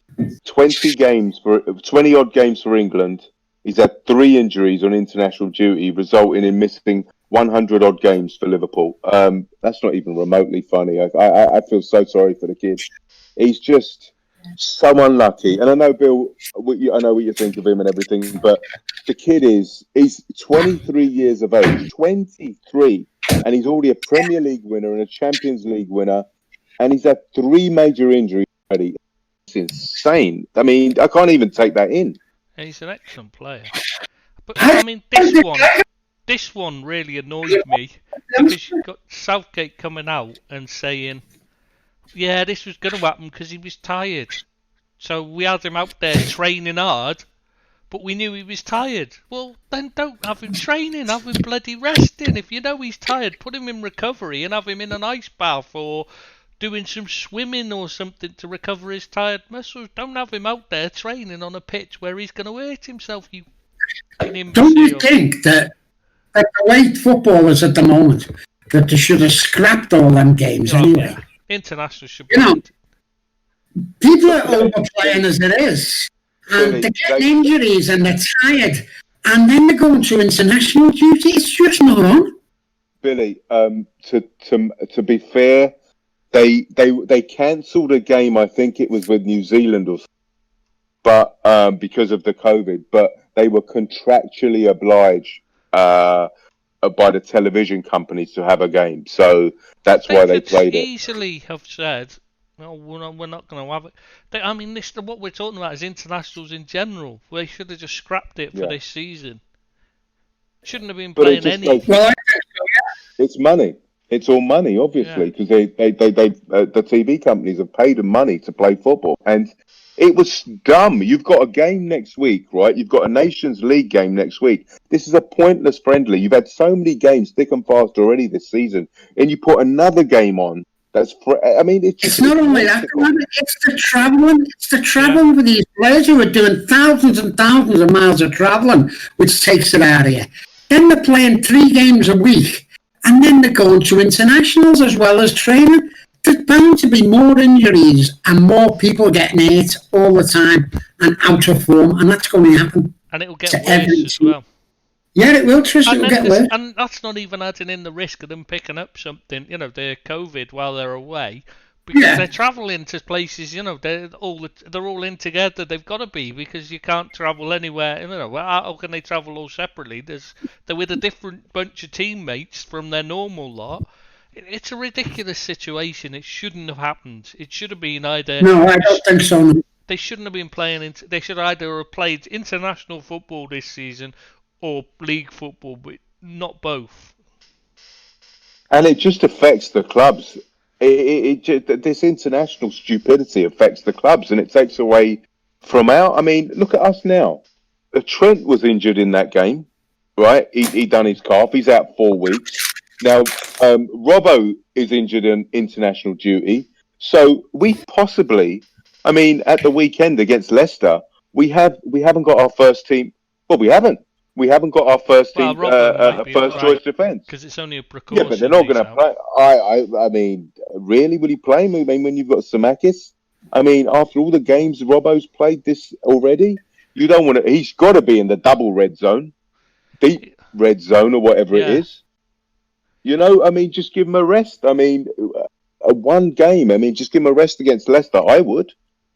And then we've decimated. We really are.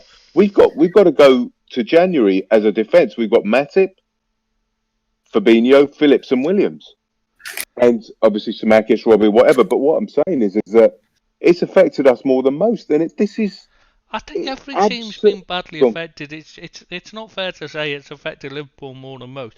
If you look at you look at West Ham, they lose Antonio. That's as big for them as us losing 3 or 4 players, because they simply can't replace one player in Antonio. Yeah. They've got nobody who can replace him. So you say we're worst affected. I don't think that's fair. I think you've got to put it in context that every team's been badly affected. But I think it is fair, Trish, because your better players are on international duty. Yeah. West Ham won't have a lot of people, the better players, because they're not good enough to play international football. So it's going to affect the teams who have got the better players, who have got the international stars. And the European games. It's going to affect them more. And they're the ones who got the European games. So I'm not arguing. What I'm saying is, the effect, that isn't why I just think players need a rest. They're playing all these games. We've had 4 weeks now of international games this season so far. We'll have had 4 weeks by the end of this. 2 lots of 2 weeks, right? They haven't got space for games. What they could have we could have had 2 weeks extra pre-season. Or 2 weeks extra. They could have had a rest for an extra week and an extra week pre-season, and then they could have spread the games out a bit more over 2 more weeks to give them a bit of breathing room. Or there's something like that. For the players' benefit. The Football Association has let the footballers down so badly this season. It's beyond belief. What about the PFA? Why aren't they stepping in and saying this isn't fair on the players? We're a union. We're meant to stand for for the benefit of the players. This isn't fair on the players to ask them to play like this. Where are they? Why aren't they saying anything? We know where. Because Gordon Taylor's counting his money. So he ain't got time to do anything else. The only thing I can think of that they're contractually obliged, and that's the only reason why I think nobody stepped up. That's why players can't come out singly so much. They do, though. You see a lot of them come out and moan about it. But this is when the union should be stepping in as a union and saying this can't carry on. This is not right on the players' welfare. You're putting them in situations where they're risking catching disease in COVID every time they're travelling. Because so many of them are catching it, and then you've got, as well as that, you're then asking them to play ridiculous amounts of games with no rest in between. This has got to, and that's what the PFA should be doing. Every player union around Europe should be stepping in and saying this isn't right. We've got to see, we've got to rethink this. Should be because you want them to, because you want the players are playing. Let's not forget they're probably playing intensive practice sessions as well, training sessions. Akin to a game, so they're not getting a rest. These practice sessions, training that's the problem. If they had, they'd be building up their fitness, and the problem is they're not able to build up fitness because what they're doing usually is they're travelling. The game, they're travelling for so long, so all they're doing is they're then going into recovery work. And then the next game's the day after, so they haven't got time to do another a proper fitness session to build up fitness. And that's why there's a big problem, because they haven't had a proper pre-season to build it up before they started. And now they're just getting game after game. They're not able to get any fitness training in during the season either. So they've not got their fitness up to a high level to be able to sustain the high, in the games, basically. The intensity of a game, Well, what you were saying before, Tris, about the teams who have got European football as well. It's terrible for them because they're doing, again, you've got more travelling and you've got more games to play. It's going to take its toll and people are going to get injured, long-term injuries because of it, I think. Well, it's not often I agree with Ole, but I think he was right to say any team play, and Klopp came out and backed him as well, I thought, which is good. Is that any team playing in Europe should not be asked to play the early game on the Saturday, no matter if they're playing on Wednesday or Thursday. It's ridiculous. I mean, especially a team that's come back from Turkey. They wouldn't have gone in till the early hour. They played Wednesday night. The earliest they got in is Thursday morning. That's a 7-8 hour flight. Yeah, exactly. They shouldn't be playing the earliest game on the Saturday. What difference does it make moving it to a later game? I mean, how is that an issue? I know they won it, but they won it in spite of what's happening rather than because of it. You know what I mean? It doesn't take much to help these teams out a bit. Be fair with them. It's all about the money, though, isn't it? It's about the TV revenue, and Sky are running the game rather than the FA now. Sky are telling when they can play, who they're playing, exactly. and what time they're playing. Yeah. And it's all down to money, and Sky are running football now rather than the FA. Sky, Amazon, whoever's got the rights for the live games are picking which plays when, aren't they? And it's just wrong. That's not how it should be. No. Listen, Southgate came out, and I didn't expect it of him, so fair play to him. He came out and said that the fixture congestion is just insane, stupid. We should have a look at it. And I didn't expect that offensive fair play to him. You know, he came out and defended his players. All right. So going back to Liverpool, I feel there's no doubt now that we'll go in January. We'll buy. There'll be a defender coming in. I honestly think that prior to Gomez's injury, I'm not sure. I wasn't 100% if Liverpool were going to buy a defender, but now with Gomez out, probably for the whole season, I think it's a 99.9% certain we will. And I really don't think it will be a permanent transfer. I think it will be a loan as well, because if we buy somebody in January with the current financial crisis, and number one, I don't think we got the money, and number two, I don't think we're going to over exert ourselves financially, because we'll get taken to the cleaners in January. Do you get what I'm saying? Yeah, it's a difficult market to buy in. I mean, and who is? I mean, I'm Michael. I haven't got that encyclopedic knowledge of the European market, but I'm assuming. I think the favourites are Ben White, Upamecano from Leipzig, the Kabach fella from Schalke. I don't know who else, but these players are going to cost a premium in January. There's no way we're going to buy somebody.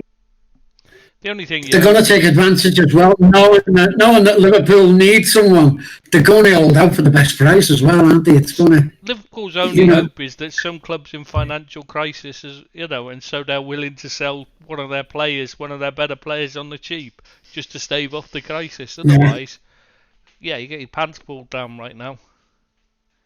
Yeah, I mean, you go in for Upamecano now, right? He's got a $35 million euro or 40 million euro pound release fee in the summer, right? Something like that, yeah. Something like that. I'm confused. Is it pounds, euros, 35, 40, 8 cards? One of them. He's got a 40 million.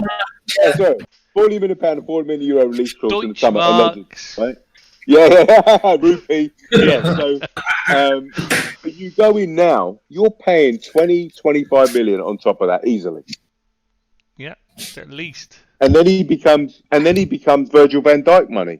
So it'd be stupid to do that. And Liverpool don't buy players that don't make a positive addition to the team. So I'm not sure they're gonna. I think it'll be a loan more than anything. Yeah, well, I have to see. I still think they'll look for somebody who can come in, and I just can't see how they can't do it. What do you think of Upamecano? He seems like I think he's going to Bayern, isn't he? They're buying a group. So I don't even think he's going to come to Liverpool. Chelsea wanted him desperately at one point, and they failed to get him. So I don't know. I mean, Who wanted him? Who wanted him? Chelsea. Okay, gotcha.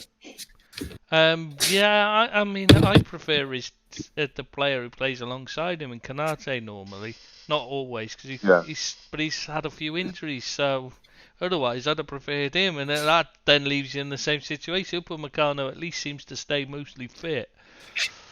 I don't know. Until he comes to us. Yeah, he's not been he doesn't look the best on the ball compared to like Konate. But when he plays alongside the other guy who plays, I can't remember his name now, the German fella they've got playing alongside him. Well, Konate's out. Anyway, he looks better because he's playing alongside him and he's not as good on the ball. I don't know. There's so many. He's a bit positionally suspect for my liking as well. He can get a bit carried away. He's a bit like, he reminds me of that Koulibaly of Napoli, where when it's working for him, he looks fantastic, but he can sometimes he's just rushing round achieving nothing, and that's why then struggling. He's only young, so maybe 21. He's learning, so that's understandable, but it'll be a big risk, is what I'm saying. For that money, pre-pandemic he was wonderful. He's been really effective post-pandemic. Since Project Restart and that, he's not been great. And I don't know much about the Kabach fella from Schalke, but I think he's a little bit suspect. Maybe we go towards Ben White. I'm just not sure. I mean, this is going to Won't be be Ben White. Edwards. They won't sell him cheap. They'll charge a huge amount for him. They were wanting something like 50 million, so no way. Not for him. Yeah. No. And Kabach was they wanted the money up front, if I remember correctly, which is why we didn't even go anywhere with that one. Right. It's. I mean, I know that obviously Klopp has a relationship and a history with Schalke, so that might make sense. But I don't know the caliber. Yeah, didn't he play for Schalke before? Mainz. That's it. He played for Mainz. Sorry, my mistake. Yeah. Yeah, he managed and played for Mainz, not Schalke. That's it. Yeah. But I don't know the caliber of player that Kabach is. Is it because they've got a number after the name that it confuses you? Because Schalke's 04 and Mainz is 05. Yeah. Because they're German. Yeah. So, for me personally, I think all roads lead to a loan signing in January. And then I still wouldn't rule out if there's a free agent that's fit and ready to come in. I still wouldn't be surprised if we looked at that market. We've got a space in the squad deliberately, and I think it's at the point where where you got to be looking at it. And I'm not sure. I mean, who would you? Well, the only one I know of. I mean, I don't have a full knowledge of who's available on a free. But the only one I've seen is Gary, who used to be, I mean, a few years back, United wanted him, Argentine defender, played in Russia. He's 34 years of age. Yeah, exactly. So he's a short-term, but he's only a short-term option. But if all you're wanting is a filler...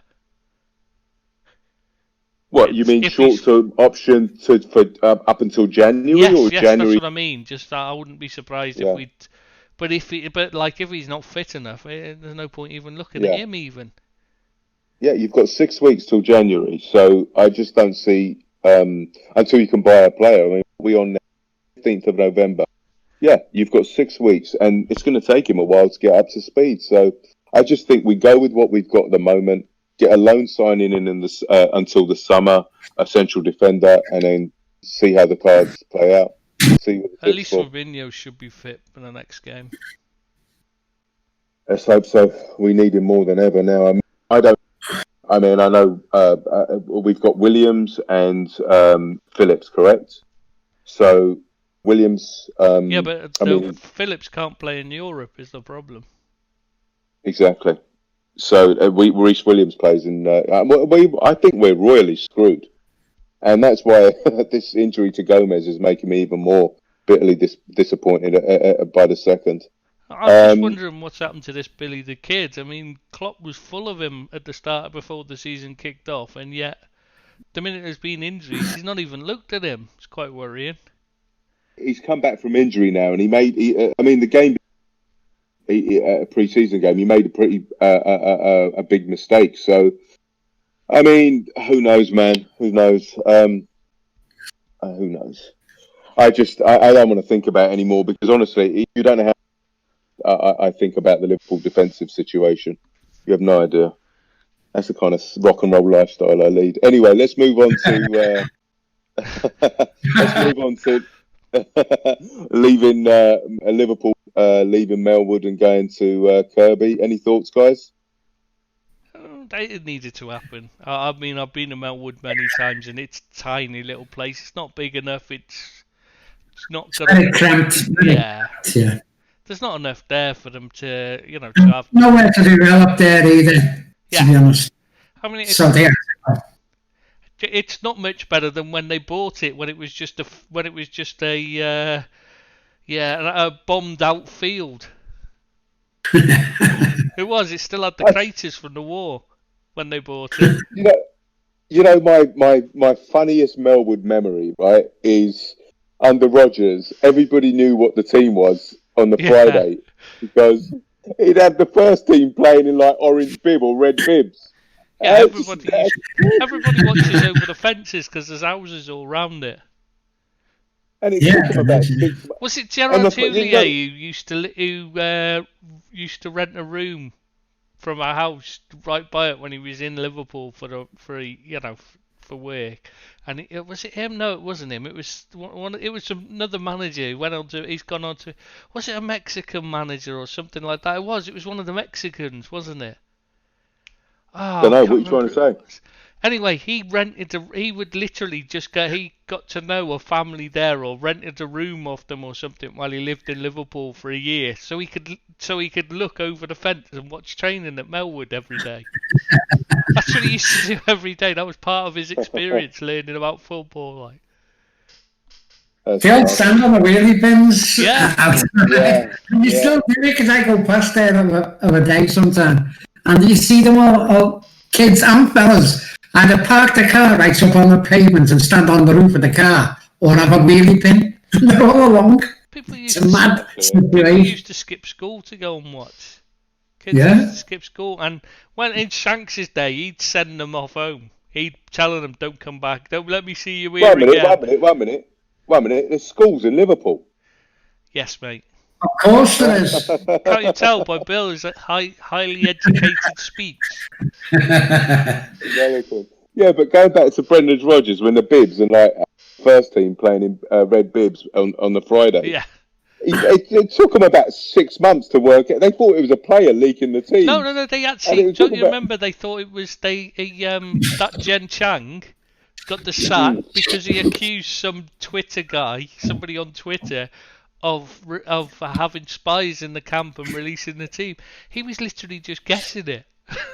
He didn't have a clue. He just guessed it every week and got it right. And they said that Jen Chang bitch, he assaulted him in a coffee shop and that like.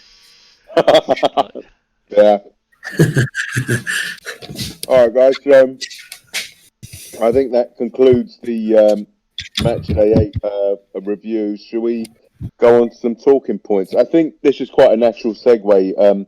We were talking about injuries and on England duty, etc. Let's have a chat about the 5 subs rule. I've got to be honest. Go on. It's been voted out twice. Sorry, Bill. Go on, mate. Go on, mate. No. Go for it. Well, it's down to a vote, isn't it, at the moment? And I can see why people had won it in. Why most clubs had won it in. But 14 have voted against it. And I don't know whether they think it's given advantage to the better teams or the better schools. They did, but a lot of them have changed their mind. Like David Moyes has said now, if he'd had the chance again, he voted again. He told, he said he recommended voting against it last time, the last 2 times. But now he said, if they have another vote, he would ask the board to vote for it this time. All right. And there's quite a few of them because they've realised that actually it's just as much of an advantage for them as it is a disadvantage. You know what I mean? It swings and roundabouts. If you're playing against a better side, you make up for the better, for being a worse side by running faster, running harder, working harder. But that intensity drops off as the players tire. So being able to bring on 2 extra sets of legs, 2 extra sets of fresh legs could make the difference between your players being able to keep up the intensity or fading and conceding late goals. I agree because initially I agreed with disagreed with the 5 subs rule because I felt it gave a disadvantage to clubs like say Fulham or West Brom, for example, but it's become counterproductive now because you'd rather have like for example Antonio's getting injured, but you'd rather have so it's become counterproductive. So you'd rather, like you say, have fresh legs, regardless if they're, kids or whatever. You'd rather have them playing rather than people playing the triple legs. Yeah, exactly, and needing to get in. But personally, I've just got to say, I hate having 5 subs. It's like watching an international friendly where they're changing player after player, and the game goes awful. But I just think for a season like this, they need everything they can do to save the players' legs, because the games are Yeah. just the second half. So every game's the same, where the players are tiring and you can see it. So what is it? Is it just the lack of the pre-season that's made this happen? It's everything. Like I said, it's the playing. It's not having a proper pre-season. It's the Not amount having of a games. proper break. It's the amount of games First as off, well. you're starting off. You've not got a proper break, so they've not had a proper rest before they've started pre-season like they normally have. Right. They had much less. Right. Then they've only had a short pre-season, so they've not got fit again. They've not regained their full fitness. They're still half. They're half fit. Then they're playing so many games, they're not able to train properly to build the fitness. So the only fitness they can get is during games. But because of the intensity you're having to play at, you're going way beyond the fitness level because you're not fully fit already. So instead of it just slightly, you should be just stepping up your fitness gradually. You know what I mean? Building it up, rather than what they're doing is they're going straight past where they're to the point where they're improving it. They're going past it to the point where they're knackering themselves out and they're overdoing it and they're taking too much out of their body. So all they're able to do then is recover for the next game, and they're not able. It's their body's not able to rebuild build up the stamina and endurance it needs to play for the next time, because it's still recovering from the previous game when they're playing again, because there's so many games, and all the travelling doesn't help because you're not resting properly when you travel. And it's disadvantageous to the English clubs in Europe, because the continent they've got the 5 sub rule and we've got the 3 sub rule. So when we go on to the it's just an absolute mess this season all over the place. It's crazy. Would it have to be permanent if they did it? Would it have to be permanent, or could you do a temporary rule? No, it's only a temporary thing. That right. Was for during the COVID thing. That was because literally. All right. Like they had it last season. The rule book, yeah. It's not changing it for good. Yeah. All right, guys. Derby sacking Koku, bottom of the table, and Rooney taking over first team training. Yeah, I could just imagine the training. How to wine and dine your local grannies. That'd be on the flip chart, yeah. Yeah. When they signed Rooney, I thought the whole point of it was for him to take over as manager. I thought that was a stipulation why he went there. Yeah, I think he went there because they were paying him a huge amount of money. Because it's coming out of only part of the playing money. Part of the money he's being paid is for a player, and part of it is a coach. It doesn't affect the FFP because they just pay him. They pay him the small amount as a player and the rest as a coach. So. Oh, I see what you mean. Yeah. So you think he will take over, or not yet? Because they're in the middle of a takeover. So. Oh, that's a good point. That's a good. Yeah, you're not going to put him in if you see him as a long-term manager. He's not going to take over now, because when the new owners come in, they're going to want to make changes. Right. Do you see Rooney there for the long haul? Well, no, because he's been awful. His legs are gone. Yeah. He was crap when he went. He was crap before he went to MLS. His legs are gone when he was at Everton, hadn't they, Bill? Yeah. Yeah, they had, yeah. Yeah. How old is he, Billy? Pardon? How old is he, mate? Rooney? I don't know. 35? About 34, yeah, about 34. But he's had a long, hard career, hasn't he? And it's took it out of him, and you can see it now. And he doesn't train properly or live right. So no, he doesn't know. So he's not going to have he's not looked after himself in the same way that Ronaldo does. So it's always going to be a problem when he was getting older. He was always going to struggle. Especially his build doesn't help as well, because he's naturally a fat bastard, basically. And he is. He's naturally big. So some people, he's naturally over. He always struggles. He trains. You train, and it doesn't matter what he does. He's never going to look like Ronaldo. He's never going to have that physique. It's just his natural build is not made for He's a bricklayer. He looks like a rugby player build, basically, is his natural build physique, rather than a footballer, and it's a disadvantage. He's built for Stella Artois or Boddington. Yeah. Let's talk about the you talk about takeovers. 3 clubs being taken over: Derby, Sunderland, and Wrexham. Tristan, crack on. Oh, right. Well, we've touched on Derby. That's being Who's taking them over? They're about to be bought by Sheikh. Which one is it? Nayan. I can't remember, but it's the cousin of the ones that own Abu Dhabi. That's Man right. City. Yeah. They've tried to buy Newcastle and Liverpool already. Couldn't get either. Yeah. And now they've turned to Derby, and it looks like it's going to go through. Whether they've got I don't think they've got the kind of money Man City have got at all. And people keep claiming they're multi-billionaires and all that, but I'm not convinced they are, to be honest. I think they're a totally different level. I mean, these aren't the ruling family, like, the UAE ruling family have bought Man City, basically.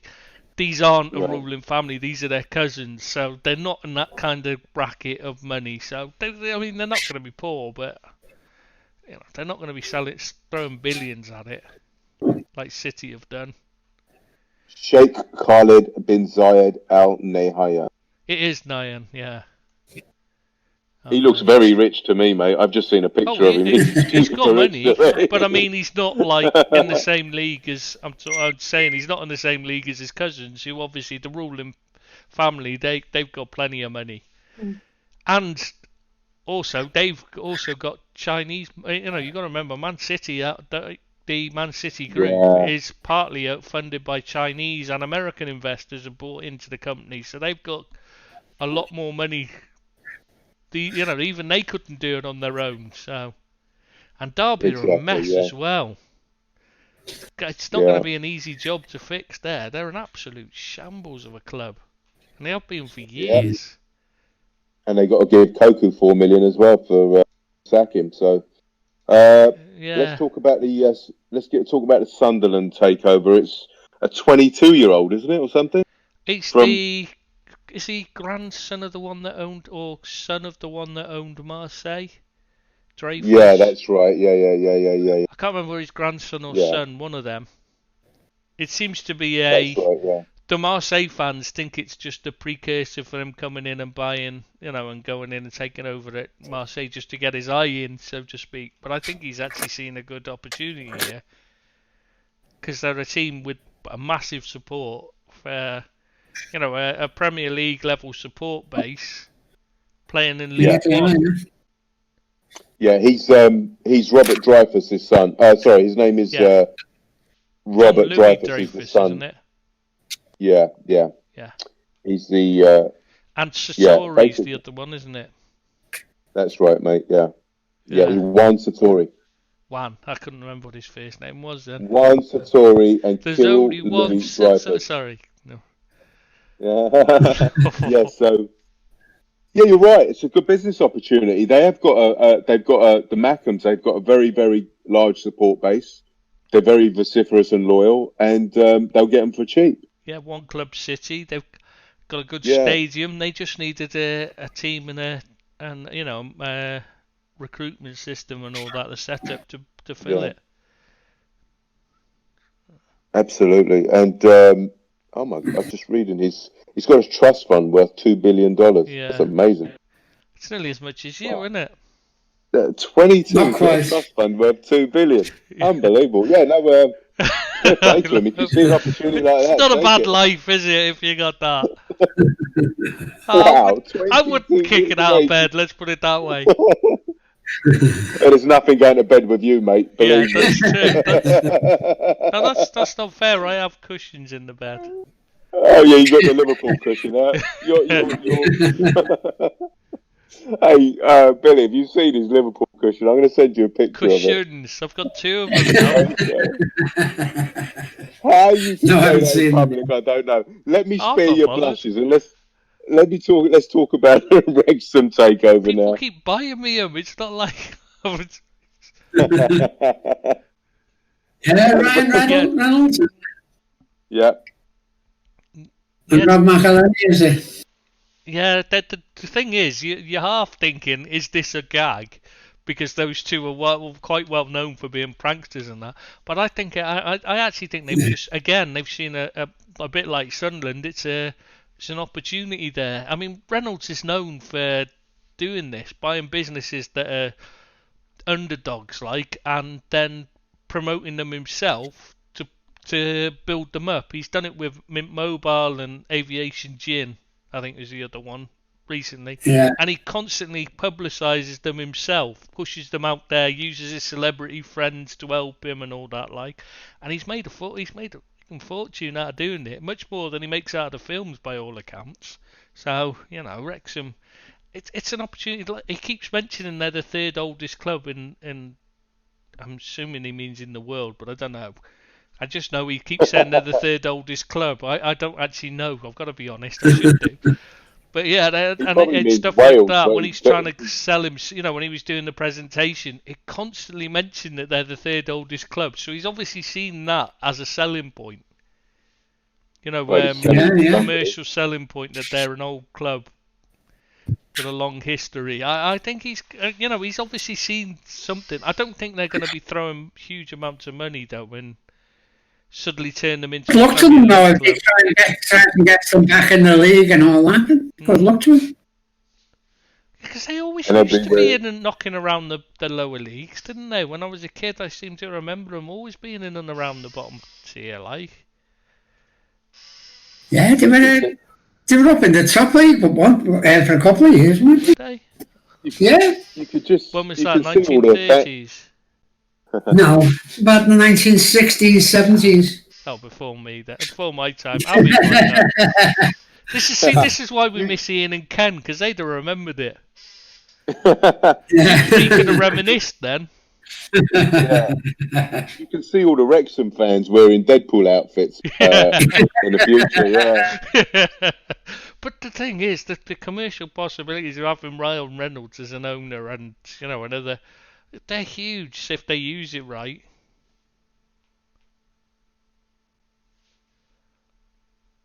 Oh, you lot have gone off again. All right, so I'll go from there. Right, so let's get serious, lads. Let's talk about the pay-per-view games. The pay-per-view fee being scrapped by the Premiership. A victory for the people. Very much so. In these times, especially where people are losing their jobs, people on 0-hour contract, and people just haven't got the money to be paying £15 a week to watch games. They're already paying extortionate fees to watch Sky and BT games, and it's definitely a win for the people for me. Absolutely, mate. Absolutely. What I don't understand, guys, is there's some idiot in a room somewhere, in an office somewhere, thinking in a pandemic, charging people £15 a game is a good idea. It doesn't. It begs belief. It does, yeah. I mean, I know you've got to make money, but you've got to have better ways than that of getting some money, They'd be better off charging £3 for the game. Well, I'm not being funny. It's being filmed anyway for worldwide audiences, so they're filming them anyway, and for the highlight packages and that. So this is anything they make is a they said they got to pay all the staff and that, but they've got to film it anyway. So how is that? I don't understand how it's not much different. So wouldn't it be a nice gesture?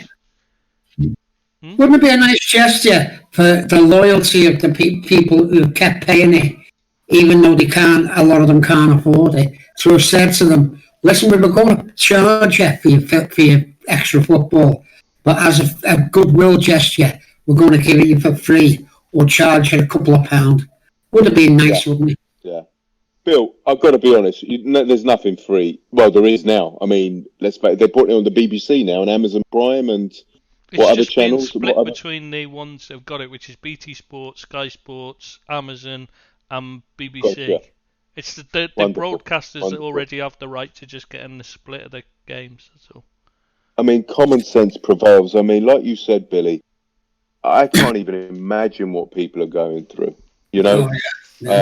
economically at the moment, and you're putting football lovers through that duress and stress of charging them £15 a game, not even a month, a game. That's just, somebody needs shooting there. I mean, whoever come up with that idea is just so devoid of reality. It's unreal. I mean, John like Henry, you wasn't said, it? yeah, John Henry exactly. and Greg Clark again working together by the sounds of it. I mean, what is going on at Liverpool? I mean, what are they doing? Are they tapped into the mood of the nation or the city? That they're coming up with these ridiculous proposals that, Well, it's not I at mean, Liverpool. That's the problem. They're coming across up with them at FSG level, so they're completely yeah, out of touch. I mean, it's insane. And how, I mean, I was so proud of the fact that, the nation just rebuked the, what was it? The one Project with Big Picture. Project Big Picture. Yeah. I mean, how these people, I mean, that Rick Parry, how does he even think that this is going to go forward? You know, in his head, how does he reconcile, how does he reconcile that this was going to happen? That there wasn't going to be, and I'm proud of the nation for standing up for themselves and rebuking it, you know? I am, yeah. I must say. People have And these ideas, don't know where they get them from, but they think they can just tread over everybody else, and it's just not on. true. I mean, you want to revolutionise football, but no, this is our game. This is our game that you don't mess with the European Cup. All right, you got messed with the Champions League, but the European Cup is sacrosanct. You know what I mean? It's really, really, and Personally, you I don't. don't like the Champions League. I'm going to be honest. I Yeah, preferred the European Cup. I'd love it to go back to that. so would I. But what I'm saying is, at least they've given us a knockout format. They've left a knockout format for us. But if you want to have 80 teams in a league for about 3 months, that's ridiculous. And no I mean, relegation or I'm promotion. Exactly. It just. They don't get it. That would That's have the been problem, because their sports, they don't have, they don't have enough teams to need relegation and promotion. Yeah. And It doesn't also, matter. it's go on. Well, I'm just saying they don't understand that, like, the reason why so many people are turning away from, why football's becoming so big in the States, is because it's not the same as the American sports. It has the relegation and promotion. That makes a big difference to how you feel about a sport. It does, because it's something that's, I mean, it's that feeling of promotion or relegation. You can't match it with just excitement, even dead rubber games at the end of the season. There's very few at the bottom of the table. There's still something to play for normally every season. The sports here are so highly governed and regulated, rules and everything, like you're saying. So when it comes to football, like soccer here, they find it liberating, you know? There are certain things I'd like to see them bring in from American sports, such as where the salaries have to all be released. Everything their players are being paid is open and above board. You know what I mean? They have not necessarily a salary cap as such, but just the fact that they have to put it publicly how much they're paying players and that. Yeah. Things like that. And transfer, if they pay anything, whether it's in the MLB, for instance, it has to be publicly declared. That's how it should be. It should be open and honest. One American thing that I'd like England to have is players not getting paid when they're injured. I think that'd be a big. What? Not all American contracts are like that in all the sports. If you're not, only some of them. If you're injured, but you don't get paid in some sports, in some contracts. And I like that. I mean, that's not necessarily their fault. And if they've got injured, it depends on how the injury comes about. If they've got injured because they're messing about on a doing something they shouldn't have been doing, get out skiing or whatever, then that's one thing. I can understand the difference. But if they're getting hit while they're playing the sport, surely they should. I think you're incentivized to come. Yeah, I think you're incentivized not to sit on your ass. Yeah, Basically, but what that's happens what it is. if you're playing a sport, like American football, you get speared in the stomach Yeah. and you get, bust some ribs, something like that, and you're out for 3 months while the ribs are recovering. Surely you should be Yeah. getting paid because you've got an injury during the sport. It doesn't, But you incentivizes get not. paid. You get paid so highly, and also it's exponentially. And also, a lot of players just sit on. They just don't want to play. They just want to carry, get their salary. Yeah, but that happens. That happens in every job. Yeah, yeah. But as I said, no, I hear you. I hear you. All right, guys. Real Sociedad, top of Serie A. La Liga. How the hell did they manage that? Yeah, what a that team, would what a be a team. story. Real Sociedad, top of Serie A, that would be plastered everywhere. Everywhere. You heard it here first. Exclusive. And Real Sociedad's B team, managed by Xabi Alonso, top of their league as well. So that football club's going places. They always had a good youth system, to be fair. I mean, it brought through Xabi Alonso for starters, so that's not a bad. Yeah. But they've always done, because they used to compete with the problem they had was they were competing with Athletic Bilbao and only taking Basques for a while, but they relaxed that when John Toshack was manager. Right. And so they stopped doing that, and so they've had an advantage over Athletic Bilbao, and they've always they've always had a decent youth system. So it's no surprise there. Isn't it nice to see another team having a go, though? Getting a bit of recognition rather than just the two, it seems, from every country. Yeah. It's nice to have someone else in the mix, like a Leicester. Leicester were a breath of fresh air when they won it, weren't they? But it's just nice for someone else to have a go. It's lovely, and I love David Silva, and I think he's the difference.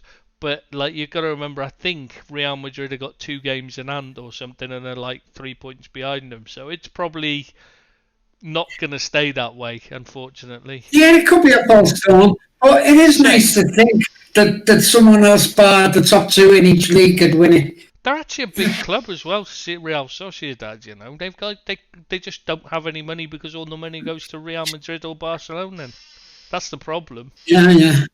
Everyone goes to watch. If they go to Spain, they go and watch Barcelona or Real Madrid play because they're boring, and I don't understand the obsession with those 2 clubs. I mean, Real Madrid are financially doped for years; they're just cheats, and Barcelona are just whiners, diving way. I mean, it's just, why would you want to go and see them? Go and watch someone like Real Sociedad or Villarreal or something. Much better. Yeah. Madrid have got 1 game in hand and are table with 16 points. Sociedad have got 20 points. It's Atletico Madrid who've got 2 games in hand. They're on 17 points, and they've got yeah. But as I said, it's as we say, it's shaping up to be an interesting season. I'd love to anybody but Madrid or Barcelona to win it would be wonderful. I'd have to dig out the old Real Sociedad shirt my mum and dad got me one time when they visited there. I asked them because we were playing. It was way too small now, mate. No, because that was. It was too big then, so it'll fit. But they were going to Bilbao. And said to us, "Did you want anything from there?" I said, "Yeah, get us a Bilbao shirt." They play Man United in the Champions League in the next few days, and my mate Matt was obviously when he was alive, he was a Man United fan, and I said I'd go round and watch the game with him. I was going to go round this, so I thought I'll turn up in an Athletic Bilbao shirt, and they were due to be coming over with it the day before. So I didn't bother. I was going to order one if they didn't buy me one, but because they were going out there, I thought I won't bother. So they come out and I opened it. They give me the bag with it in, and I looked in and I went, "What the hell's this?" He said, "That's the shirt you asked for." I said, "No, it isn't." He said, "Yeah, Real Sociedad." I said, "You were going to Bilbao. Why would you think I'd want Real Sociedad?" I was like, surely you'd get an Athletic Bilbao if you go into Bilbao. That's the only thing that makes sense. I mean, what made them think I wanted Sociedad? But somehow I've ended up with a Real Sociedad shirt. Very nice. Not All right, really. guys, It's last but- horrible quality thing. Last but not, like you're used to Gucci. Last but not least, Scotland qualifying for their first tournament in 22 years. Yeah. Well done.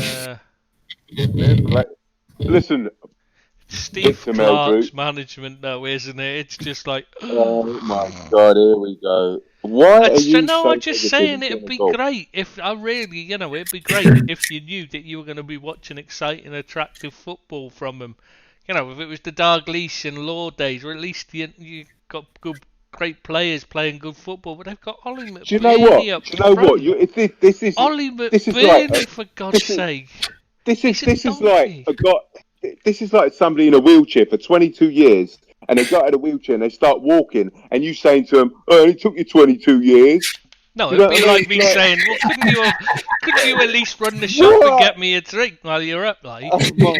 Why aren't you? How can you not be positive and happy for him? Because I can't give a shit about international football, to be honest. So That's nice for the Scottish people, though, isn't it? unless it's good football, I don't care. And it's not. It's terrible. So I couldn't give a toss whether they're. But it might be the start of something big, mightn't it? It might get more No, interest in Scotland. Yeah, but and it'll be still and the Steve Scottish Clark in leagues. charge. I know, but you've got to look past that and look for the bigger What picture and worries say, me- isn't it great for the country Well, for them to qualify? Well, no, because they play exactly the same way as Greece did, and they went and won the Euros, right? Did that do any benefit for Greek football? No, it destroyed it because they were dreadful, No, but and they it stuck to doesn't mean this. it They doesn't stuck mean it to won't this be- really I bad system cannot of playing really understand his crap pessimism. football for 20 odd years afterwards, and they've not only just started Maybe to it recover put now. a smile, but they put a smile on people's faces. The Scottish, when the Greek won it, they were happy. The Scottish have just qualified for a tournament after 22 years, and they're happy. In this current And plus, the environment, somebody has supporters a are smile on their- fantastic, aren't they? No, The are supporters they? are fantastic. Are Yeah, they? because you go Oh to my every game in hordes. No, I'm And sorry, all of I the just don't Scottish see them Melbourne. as fantastic. I really don't. I love that. I get that, but Just no, I'm because they sorry. stole some goalposts, don't hold that against them. I Victor couldn't give a Meldrew. toss about Wembley's goalpost. That don't bother me. In fact, that's probably the one good thing they do. But you don't, you've not had to stumble around the streets of all these drunken Scotsmen just pissing in front of you, when you've got your kid with you. And they stood there full view, peeing in front of your daughter, and stuff like that. No, they're not a good bunch of fans. But at What this we're rate, gonna do they with do a it, lot then? less damage than what England supporters do when they go away. That's not really saying much, is it? England supporters Well, are it's- probably among the worst. Yeah, there's a scum of the earth, I know they are, yeah.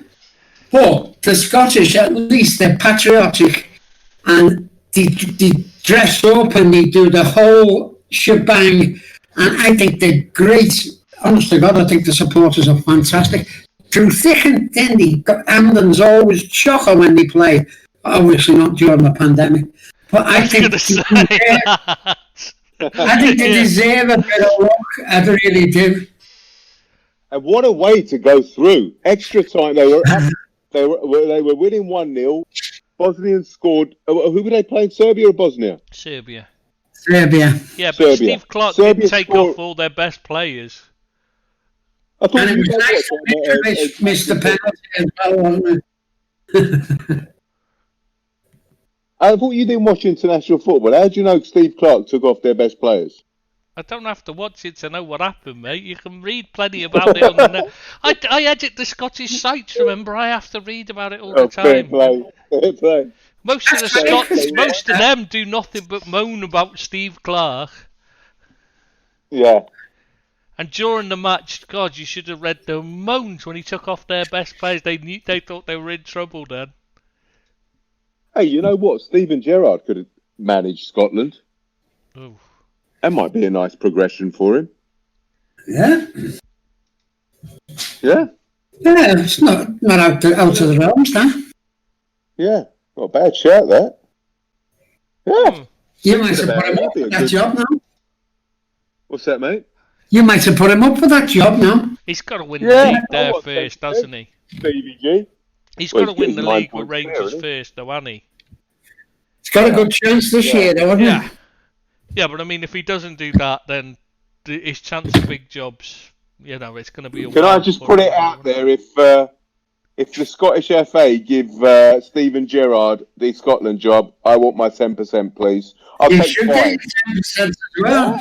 Good. You're welcome. You're welcome, Scotland. I